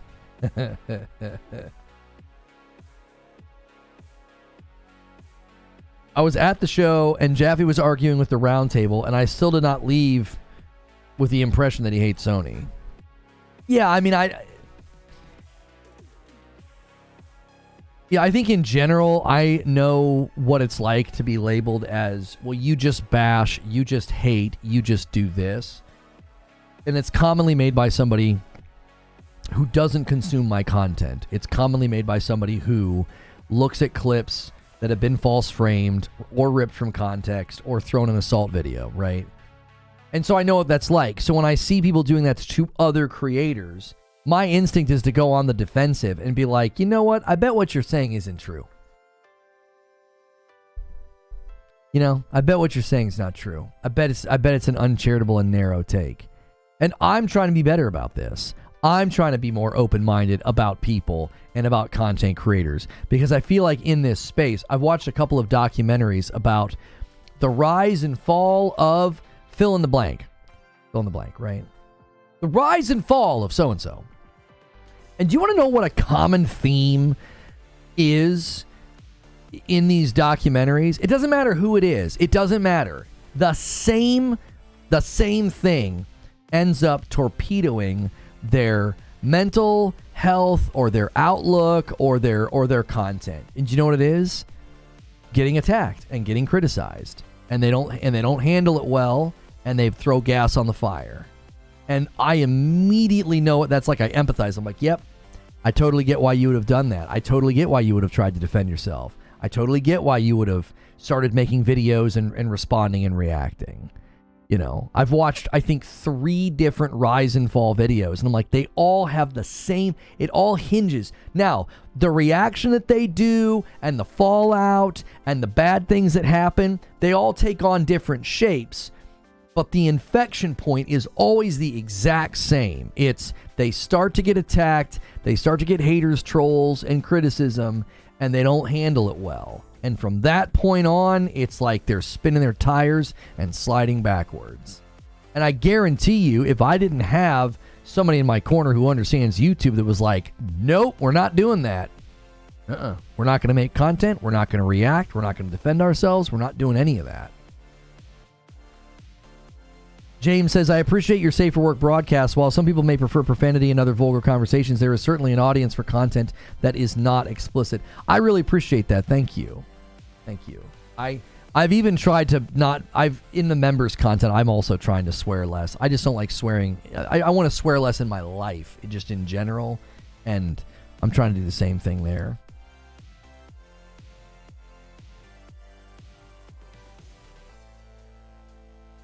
You mean creature? Yeah. Yeah. Homie, I would have gone, like, old me. Some of this is my own personal journey and my own decisions about, like, what I believe and my own psychology and my own faith about why I'm not doing it. But, like, old me, without somebody helping me, I would have completely ruined my channel. I would have started leaning into the drama and reacting to people and trying to roast up people. And it would have worked for a little bit. I would have gotten, like, positive feedback, but it fundamentally would have been almost like a cyclone that pulled things down. Like, I feel like what happens is a lot of the times that cycle, the reason that people do it is it goes like this. It spins things up and they get positive feedback. They're like, oh, that video of me replying to the hate or the haters or the attackers, that got viewership.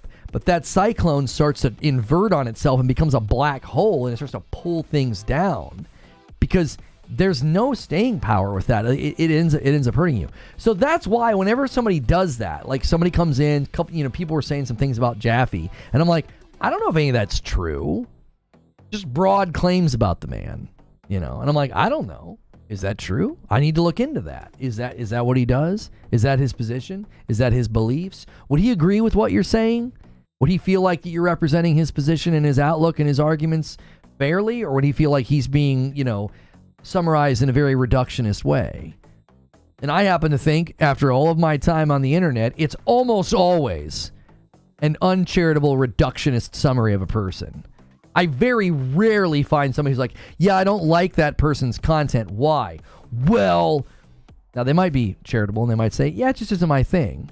But the minute they go with the broad brush summary, it almost never represents the person or their content. That's been my experience. Street Shadow with a $5 super chat tip says, I'm not the biggest fan of Jaffe, but he isn't that bad. I think he is jaded in some ways with the industry and he has strong opinions. I think we're all jaded in some direction or another, right? Think about how many times we interact with jaded gamers. Just think about it. Just replay the past couple of months in your mind and how many times I've had to tell people that live service games aren't the devil, right? There are good live service games. There are good practices from live service games. Helldivers 2, let's ignore the nerfing controversy. That was a very successful live service game, and they're trying to find their way. They're clearly inexperienced. Godspeed to those developers. It's a really, really tough gauntlet to run. It is, which we're going to get into in about a half an hour with Jaffe and with Kirk about Concord. It is a tough gauntlet to run. We run into jaded gamers all the time. The gaming industry is going to crash. The AAA gaming scene is a joke. It's like, huh? We run into jaded people all of the time. Everybody has blind spots. Everybody can get jaded. And I honestly think people from the industry probably have good reason to be a little bit jaded. They probably have some good reasons to be jaded. They've been on the corporate side of all of it. Yeah,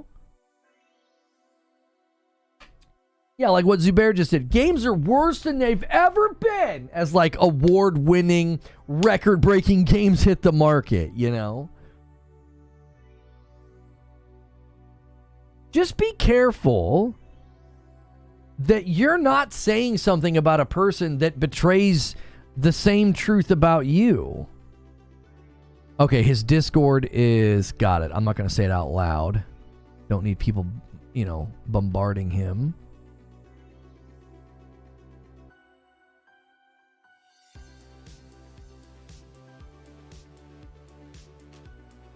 Okay. I got it. We'll set up. We will set up in like 20 minutes. Okay. Beautiful. I tell you what, let's do. Let's do some members only Q&A. The members, the question queue has been cleared. You guys, we can do this for maybe 20 minutes, maybe 15 minutes. This is a great time to become a member. This is a great time to gift a member. It's also a great time to smash like, hit subscribe, you know, interact with the channel in a way you might get a membership, and also you won't miss out on future shows and future content. And we appreciate your support of the channel so much with gifted memberships, renewal memberships. Sloan had long hair. Yeah, I did. During the entire year of the sickie, it got like down to here. I was so sick of it, I was always wearing it in a ponytail. Yeah, and so I just chopped it.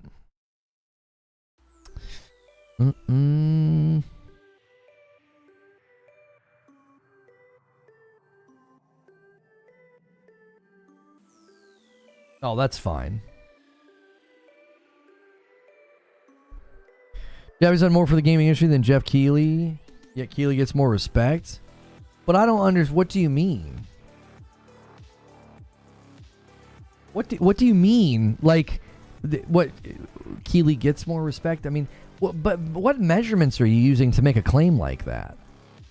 Like, what measurements? Like, what do you presume Keighley should have done that he hasn't done? You know, what?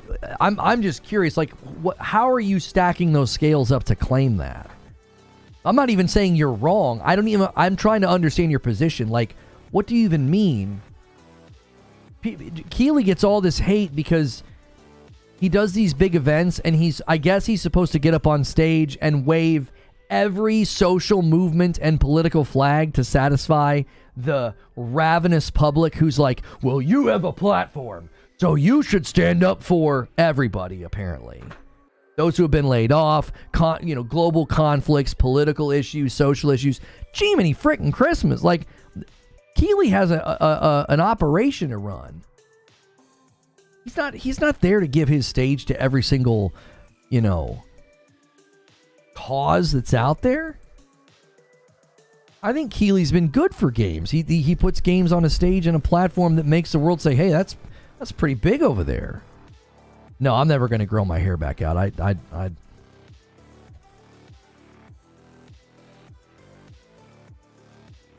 right, let's take the first question.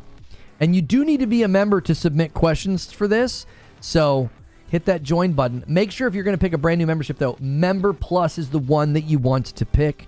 And if you guys want to give some more members, I currently owe you 5. I'm probably going to save those for the next show. You can drive that up to more. I give 5 every 25. And renewals count, guys. If you have VIP pluses, if you have member pluses and VIPs, celebrate those renewals in the chat. That helps out. Spice King says, will lack of inclusivity and diversity become a big meme like too much water? No, I've not tried Deadlock. It's not really my cup. PvP games aren't really my cup of tea. I mean, I do think that attempt has largely failed because I don't think it was driven by virtue, and I don't think it was driven by let's make a great product. It wasn't. So I fundamentally think from an economic standpoint, that whole thing has already died a very quick death. Disney's figuring it out very painfully. I think game developers are figuring it out very painfully. This whole, like, check a box.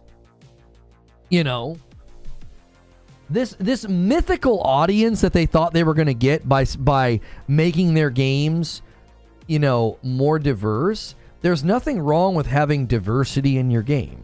There isn't. There's nothing wrong with saying, hey, where it makes sense, could we make sure we're considering, not dealing in cliches or stereotypes? There's nothing wrong with that. But I feel like what happens is that and this is a common problem, this is a cultural problem in general, is that the minute people are on a moral high ground approach of something, I think it's very blinding. I think what it ends up doing is it gives you this very narrow scope, and your intentions are so good, and it ends up being destructive. And so I do think a lot of this was, there were developers thinking, oh, we want to do a good thing. We don't want to be a bad developer. It's good feed. I saw one guy comment, and he said a lot of this is driven by white men who don't want to be accused of all of the new naughty, dirty words of the internet. And they're like, we don't want to be accused of being fill in the blank, right? 11 and 10-year-old comments from forums get mistranslated from game science, and they're labeled misogynists, and they're excuse me, they're it's claimed that they have a toxic work environment. So like, there's this entire climate in the last 4 to 5 years where I do think a lot of this was driven by a bunch of dudes that were like, we don't want to be viewed in that way. That's not fun to be called those labels. Let's get some consultancy in here. Let's do these things. And I think it ends up corrupting the artistic process. And so fundamentally, I think what happens is people will blame it on inclusivity and diversity. And what it really is it's just bad artistic process. You're always going to have a bad piece of art if your approach is very mechanical and very like, well, we have to check all these boxes. Like, there are really great games with female lead characters. There are really great games with lead characters who are not white, right? Like the whole, like, if it's male and pale, it's stale. Like that whole internal thing that got circulated. There are plenty of games that have done it, and you know why they're good? Because that wasn't the selling point. The selling point wasn't, come play as a black woman. The selling point was, this is an awesome game, come play it.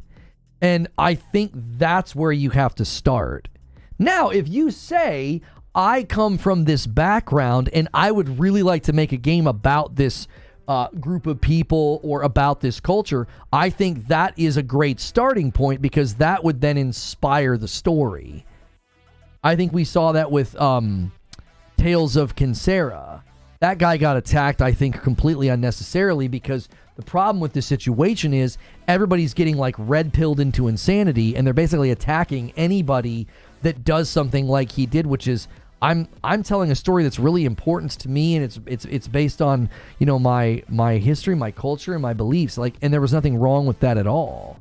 Like, Tales of Kinsera started with, this is what I want to do, and it ended up over here. And what happens is everyone's like, oh, your game looks like this, so therefore it's this and this and this is going on. It's like, no, not necessarily.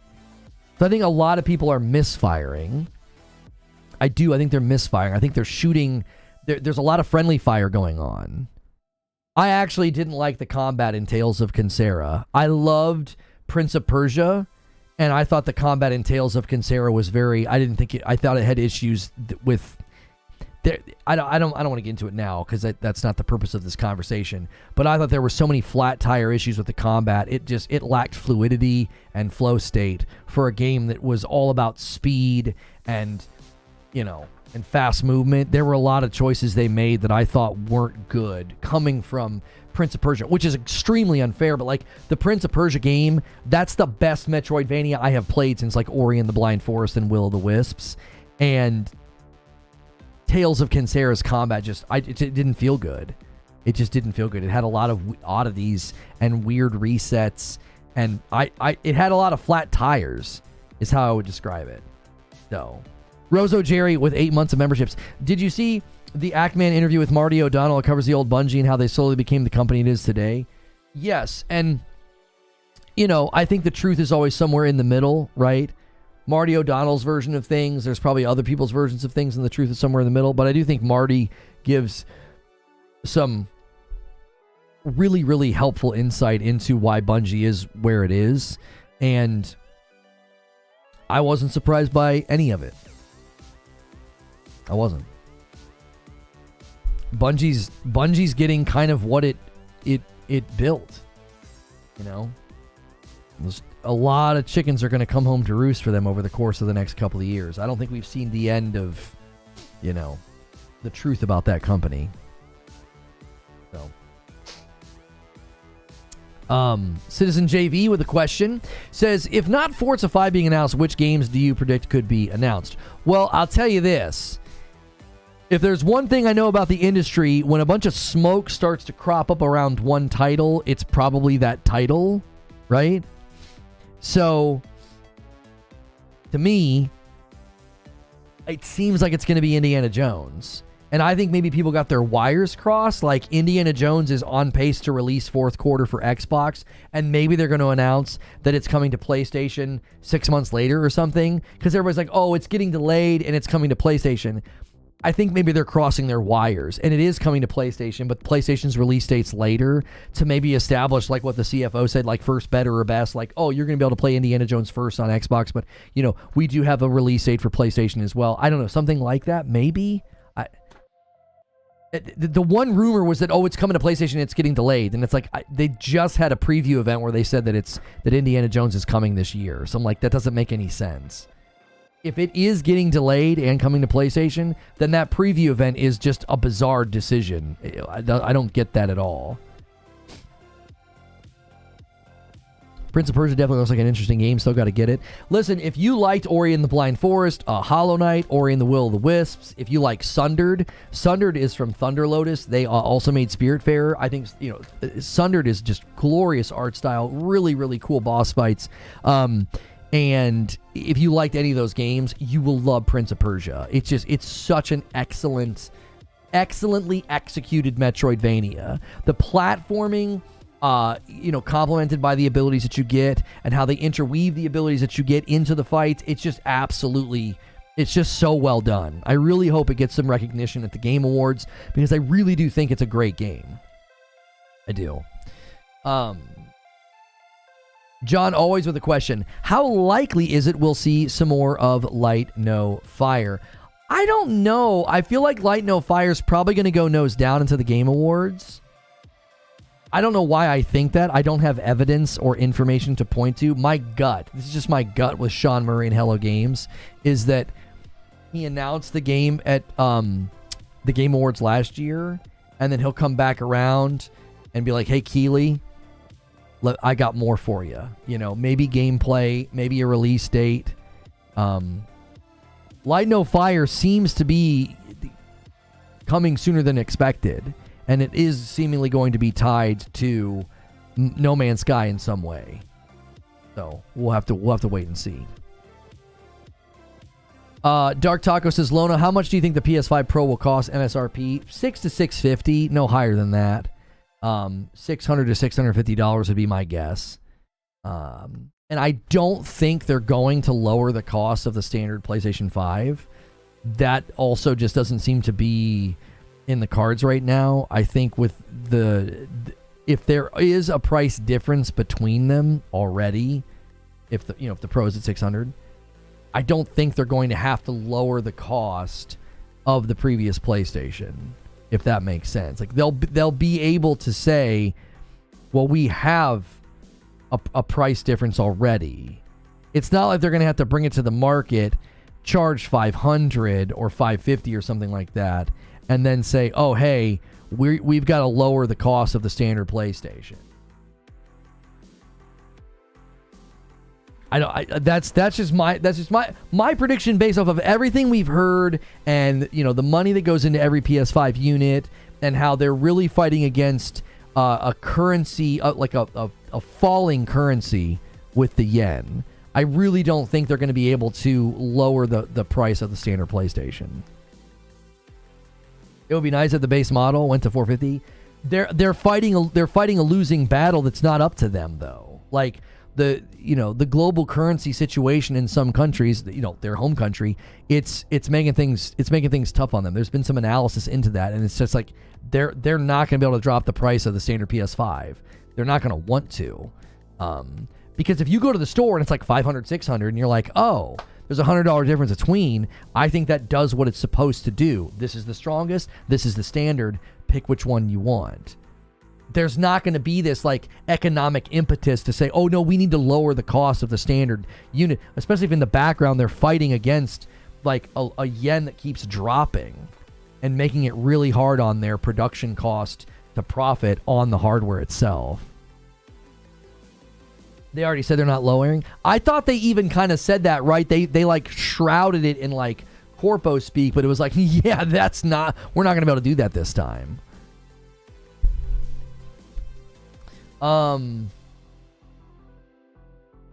Okay. This is from Minch Tree. Can you explain Xbox MAUs and how they have 500 million Xbox users? Yeah, so this gets thrown around a lot because, number one, it gets thrown around by two types of people. There are people that know what it means and they misrepresent it because they're console warring. And then there are people that don't know what it means and they're also console warring. So let me explain. So they've been touting MAUs for a while. And the reason they do this is not so that you can go win brownie points on your podcast. It's because they're speaking to investors. Okay? Because that's an important number to investors. MAUs. Monthly active users. How many do you got? Right? And when they're giving you that 500 million number, it's including every person who plays Minecraft, every person who plays Call of Duty, every person who plays Candy Crush. Any piece of King property on mobile is counted. If you log in one time in a month to a King mobile application game, you count in the number. So what you're dealing with is a very impressive number to shareholders. It doesn't mean jack squat when it's compared against like, oh, well, look at 500 million MAUs versus PlayStation's MAUs. And it's like, huh? What? What are you talking about? It would be like, okay, so the Yum Corporation. How many companies are under Yum? How many companies are under Yum? How many? So Yum operates KFC, Pizza Hut, Taco Bell, the Habit Burger Grill, except in China. Okay, all those brands are under Yum. Now, if Yum said, we get this much foot traffic every day, and someone said, haha, yeah, look how much foot traffic Yum gets versus, and they pick one like standalone fast food organization that's not a part of a conglomerate. That's the false comparison that's happening. It's like, yes, Xbox can claim 500 MAU. They're literally including people who play on PlayStation. You want, like, that really, really needs to be driven home to people. It's like, you're quite literally including people who play Call of Duty on PlayStation and Minecraft on PlayStation. Like, that 500 MAU number is quite literally a conglomerate of games and platforms. It's not Xbox. Those are Microsoft MAUs, not Xbox console MAUs. And people either don't understand it and are like, yeah, or they do understand it and they're just liars. Like, they just like to lie because that's a great way to make money apparently these days. So that's how they have 500 MAUs. And anytime you try to do what I just did, it gets completely misrepresented and couched at, look at this pony coping. Because they've labeled me a pony, and I apparently have to cope with the fact that the largest company in the world talks to its investors about how many monthly active users they have in the gaming space, and that gets represented as if it's console users by people who aren't honest. So I don't care about MAUs. I care about a sustaining business model that supports games developers that I love, and then those games continue to come out, which is why I've always looked at the business strategies of Nintendo and PlayStation and said, these are superior. We're getting better stuff. We're getting better results. Okay, they're ready. Let's get this show on the road. I'm going to have to cut Q&A a little bit short. We had like 3 more questions. I got to get these kind gentlemen on the line here. Let me go like this, and then let me go like create a DM. Oh wait, it's well, he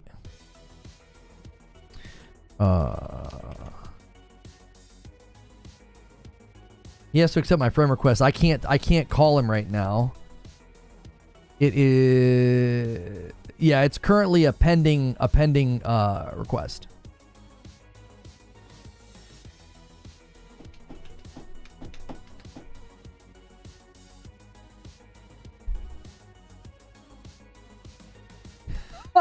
Well, all right, I'll tell him. If he's telling you he's ready, just say, hey, accept the friend request.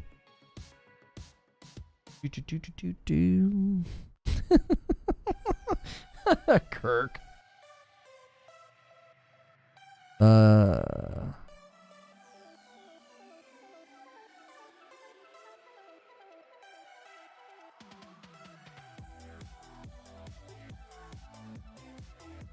All right, I DM'd him. Just accept the friend request so I can add you to the call. I can't add him to the call if we're not friends.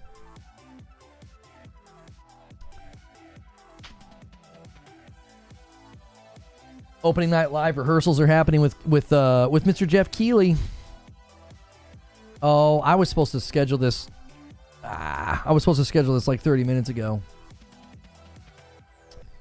Oh, where's my stream holding? Oh, and I'm going with a much stronger name for this show, Kirk. We're going with Will It Flop? I mean, let's just go hard. Let's go hard in the paint. You know, we were going to go with Will It Last? Nah, let's go with Will It Flop? Doo-doo.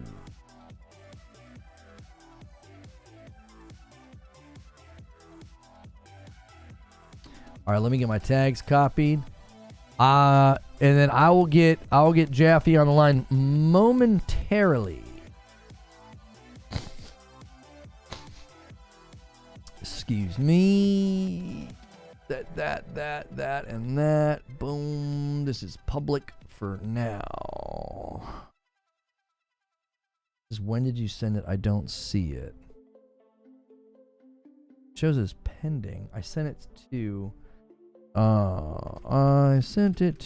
Papa Jaffe, right? 1E about 20 minutes ago. Any numbers attached to it? He might have secured the username like I did, because mine's just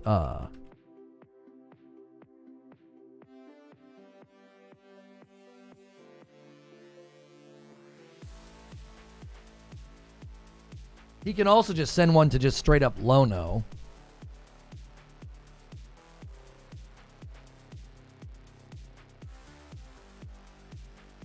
Yeah, it won't. This will probably not be a family-friendly stream, guys. There we go. He found it. Jaffe? Kirk?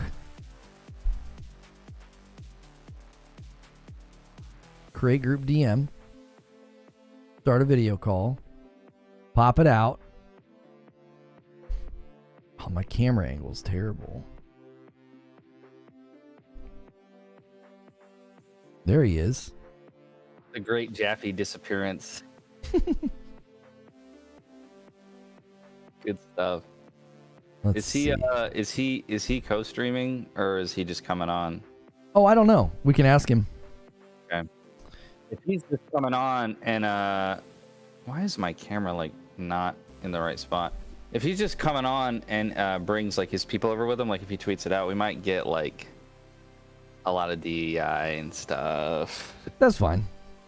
I'm mad, dude. My video has under 50% like-dislike ratio. I didn't even talk about it. Like, I just did a good assessment of the game, and then I also acknowledged that maybe I was literally like, don't buy it. Like don't waste your money. Be vigilant. Be, miserly, whatever the right word is. People are still like, it's unhinged, man. Oh my god. Can't do like legitimate coverage without. I feel bad for like people who this is actually their job. I mean, I guess you're included in that, but you kind of, I guess I mean like that work for like a big institution that like, how the frick are you supposed to do coverage at like an IGN or Game Informer's gone, but Game Informer in this climate, I really don't know. Yeah, I mean the conversations just get hijacked by conspiracy theories and fan fiction almost instantly. I mean, I dealt with that today. It was just like, the belief that like if Forza comes to PlayStation would stop making Gran Turismo, and it's like it's their like most sold franchise. Like, what are you even saying? If Forza came over, they must not like recognize that like there's a lot of room for variance in the racing game genre. Like, they must think it's like Madden, where there's like one, like there's a lot of different racing games and there's an audience for the majority of them. Javi just waved at me. I said there should be a group DM you can join the video call. If you need to hang up and call him, like whatever you gotta do. I mean, I can do it that way. might be better. Just might be. I trust that I trust that he can do it. I believe in him. Paul is coming after my head for some reason today, and I don't appreciate it. How do you review a game if you don't have it? I'm assuming he based it off of all of the 40 hours that I played of it. Yeah, the 40 hours. That might be it. Yeah. Hey, there he is. Well, hello, fellas. Can you hear me? Yes. Very, almost too well. Stop. Loud, I'll turn the game down. Yeah. Lono will fix it. Oh, okay. I can turn down on mine, obviously. He deals with my crappy mic every week. Oh, it's not a crappy mic. It's just probably gained up too high. Oh yeah, I know. My hearing sucks. No, I have a crappy mic. You have. I'm not partial. I just somebody sent me this, and then they're like, "Here's the top of the line mic, Jaffy." Like, I don't know anything about sound. I'm like, okay, I believe you. So I was taking for a ride. It's like a Amazon. I was using this for a while. Totally happy with this. People are like, dude, don't ever put that thing down and show people. Like, okay. I mean, I like your mic choice. It's a good one. That's the one I use. Yeah, no, I got sent this for the Last Stand Media guys, but this I stole from my kids' room. People make fun of my headsets, but I'm just like, dude, it's white and I'm racist, so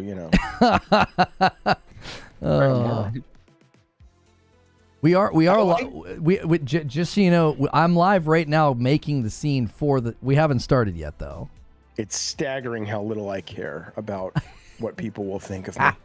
Well, I wasn't worried that you would not in a healthy way. I'm not saying that like it's a prideful thing. It's a problem.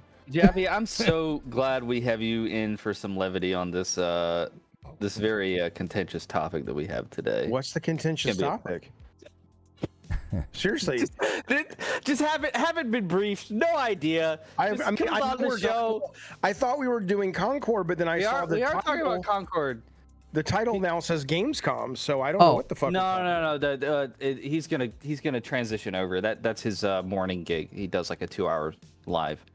So this is like the group session now. I wish I had your energy. I think I sometimes do, but I'm too old to have it be consistent.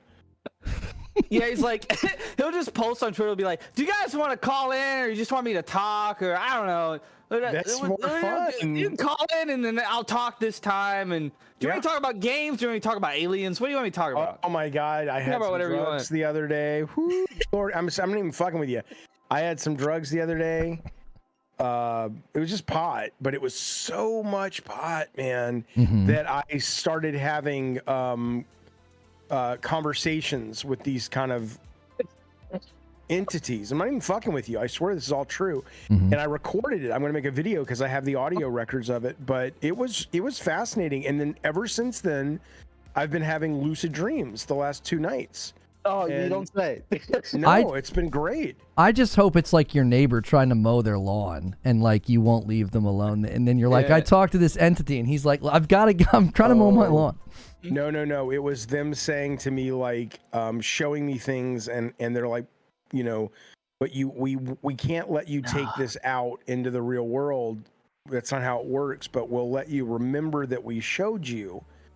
Because, you know, and it was a very trippy experience. It was delightful. Okay. Whatever, Kirkland, you know, go back to law school, bitch. Yeah. Yeah, damn right. I need you on every week to say that to him. Yeah. Oh gosh. I just There need you to go go. back and record that and make that a sound file too. Absolutely. Do you Oh, guys yeah, have, just like press that whenever. have you tweeted out this show's live? I can retweet it as well. Yeah. I'm not yet. I'll do that and I'll at you so that you'll Got it. get a little chingering. I do this sort of on the fly with Kirk. I do two live shows on Monday, and so we redirect. And so I literally let the stream kind of see us set it up. And so I'm just getting us a couple. He has me come in so he can take a break from chat yelling at him, and they just yell at me. Do you want me to have the chat up and respond to them, or should I just ignore them and talk to you guys only? That seems like that's going to be like a lot of things to manage. I so- do that all the time, every day on my show. Every No, day, I know, every show. but you're, No, I'm you're saying usually it's the your one with the show, reins. so what do Yeah, he'll you probably want? read out chat if he wants to. I do pull comments from chat, but if you feel like you want to see what chat's saying so you can live react, I don't mind that either. I think that's fine because Yeah, but it'll be disruptive. So if you guys are looking for a more sort of cogent conversation where I'm focused, Let's go with that. I can do that. If you want me going, we're talking about Concord, and then somebody talks about my hat or my shirt or Jaffe, you're fat, then I'll lay into them. But so that's what I'm saying. It's totally what your tone is fine with me. Having done shows with you, yes, the one where you just respond to us. Okay, cool. Okay. Yeah, and then if you see anything in the chat worth talking about, let's do it. But yeah, I'm down. Yeah, I'll pull comments and then Are your folks coming over, or are you streaming yourself? Me? Yeah. Oh, I wouldn't do that. I mean, You always get a crowd wherever you go, man. I'm happy. I'm guy. gonna retweet it, but it's Okay. I can't Awesome. stream your show. Awesome. Well, we've done that before, like Ginger. Yeah, but you guys, that's when you and I are kind. No, I appreciate it. We're tiny little humans, but this show gets a lot more views than mine. I'm not gonna. I'm a very tiny human compared to this show. Yeah. all right, I'm gonna take a quick break before we start the show, and then you guys can just talk, chatter each other. But he's got to go pee. I've been All drinking. right, I'll take over. Here we go. Hey, Yeah, everybody, all right. We're gonna Reforge Gaming. You know what's funny about today's show is it's sponsored by some fucking coffee brand that no one's ever really gonna buy. Are we honest? Who the fuck is gonna buy that coffee? No, you're gonna go down to the goddamn Starbucks. Which, by the way, if you don't know, they've started selling pumpkin spice latte early this year. That is happening right now, and that's where the cute barista is. You're not gonna by Reforge. Who the fuck? Imagine getting a little honey coming over to your house this October, and suddenly she's like, "I'd like some coffee." I don't know why she talks like that. I'm not going to judge the women that you date, but the point of the matter is, the fact of the matter is that you're basically going to give her coffee. She reaches up to the shelf to get it down. It says Reforge Gaming. She says, "You're a gamer. I'm out of here, bitch." This is why Starbucks is exactly the only choice you can make today and every day. Welcome to Reforge Gaming. Kirkland Gray is with us today. Kirkland, how was the doctor? Is that thing infected, or are you going to be all right?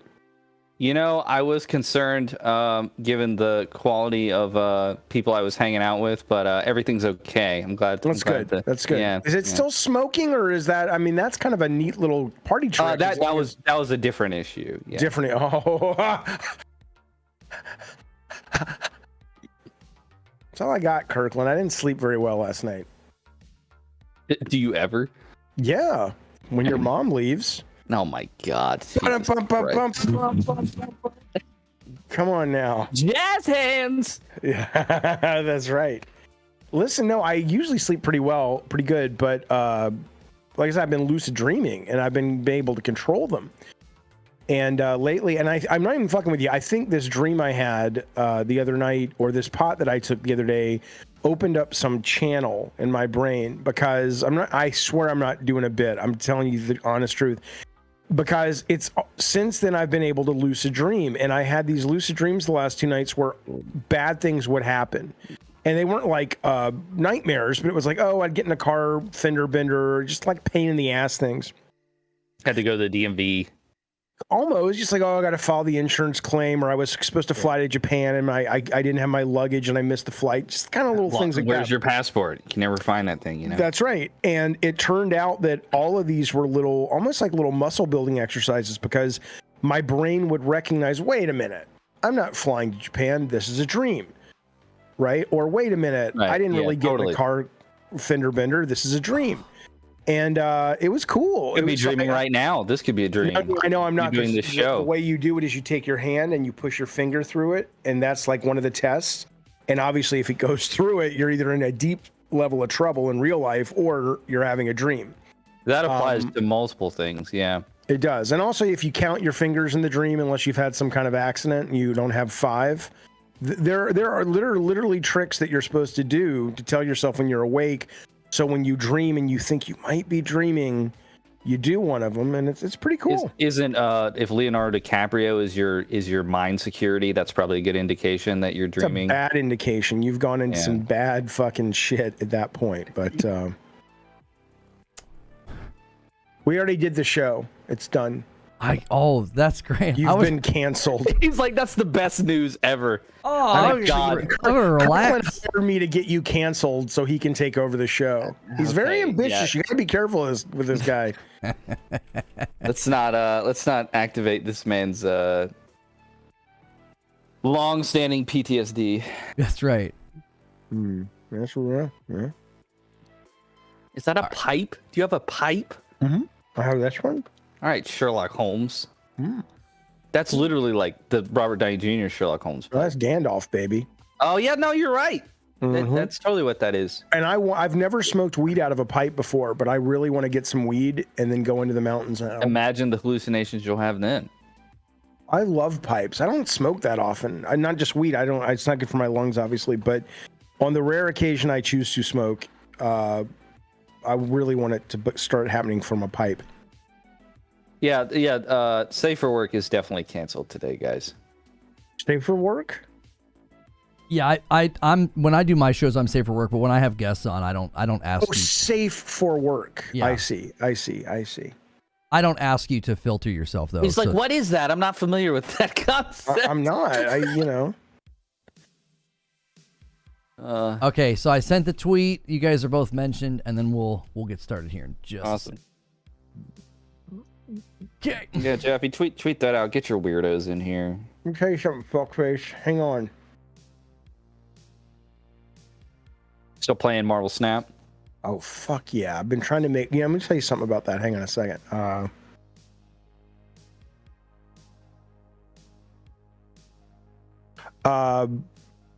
It's funny. I'm playing a deck right now that really isn't serving me. It's probably the worst deck I've been playing in a while.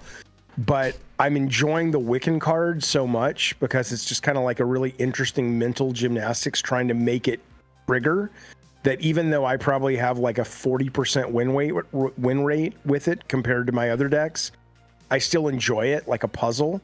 So it's killing my ranking, but I don't care.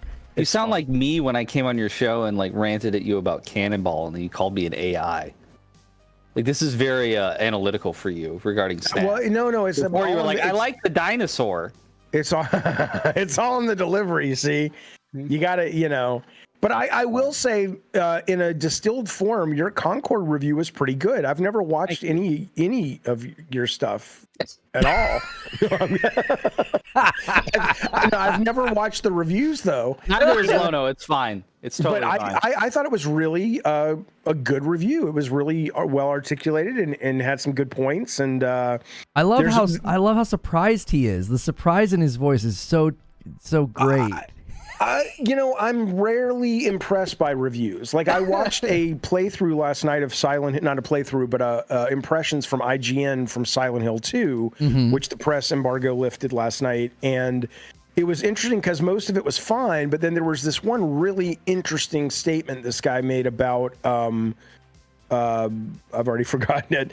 It was a really interesting statement about the contrast between a horror-based experience that you want and then the way the core mechanics train you in a game like that to loot everything the minute you enter a room. And he was talking about the psychology schism, if I may use that word, that exists or that forms when you come into a scary room and on one hand your brain is going, oh, I'm immersed in the horror, and then there's the very practical shopping list of let me open every drawer, every cabinet, let me check in every corner to make sure I get all my stuff so I can survive the fights with the monsters coming up, And every now and then I'll get a little gem like that in a professional review, but not often. And I was like, that's a pretty clever way to look at game design, which I appreciated.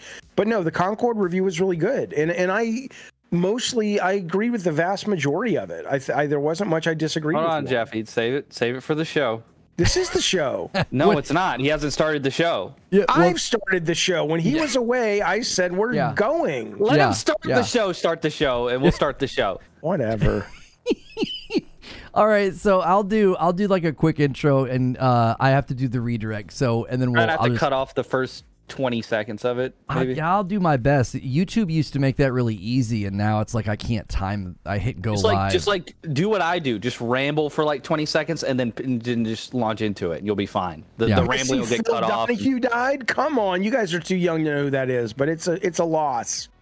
I know who Phil Donahue is. Yeah, he died last night. I'm 43. Kirk's the. What the fuck's the matter with you being 40? You dye your hair then? I do not.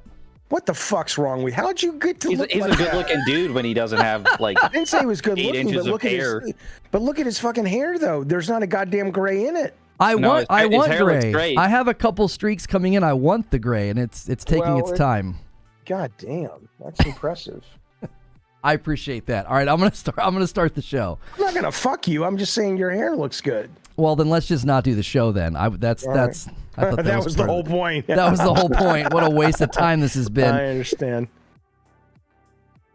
Thanks so much for checking out this video. We are sitting down to discuss Concord and asking the question, is it going to last? Is it going to flop? And I'm sitting down with the man other than himself. David Jaffe is joining us for this conversation because I actually saw one of his videos recently about this, and he was tweeting about what he doesn't want PlayStation to do if it doesn't do well. And then Kirk from What's New Video Games is here every Monday with me, and he posted a review just this morning, and Jaffe's already given it a stamp of approval. He said it was actually a pretty good video. He was seemingly surprised, but it was good. And so we're going to be talking about this. If you guys like this kind of content, be sure to check out my other content, as well as the content of the gentlemen that are with me. I'm going to end the previous stream and redirect folks over. We were talking Gamescom. Guys, thanks for being with me.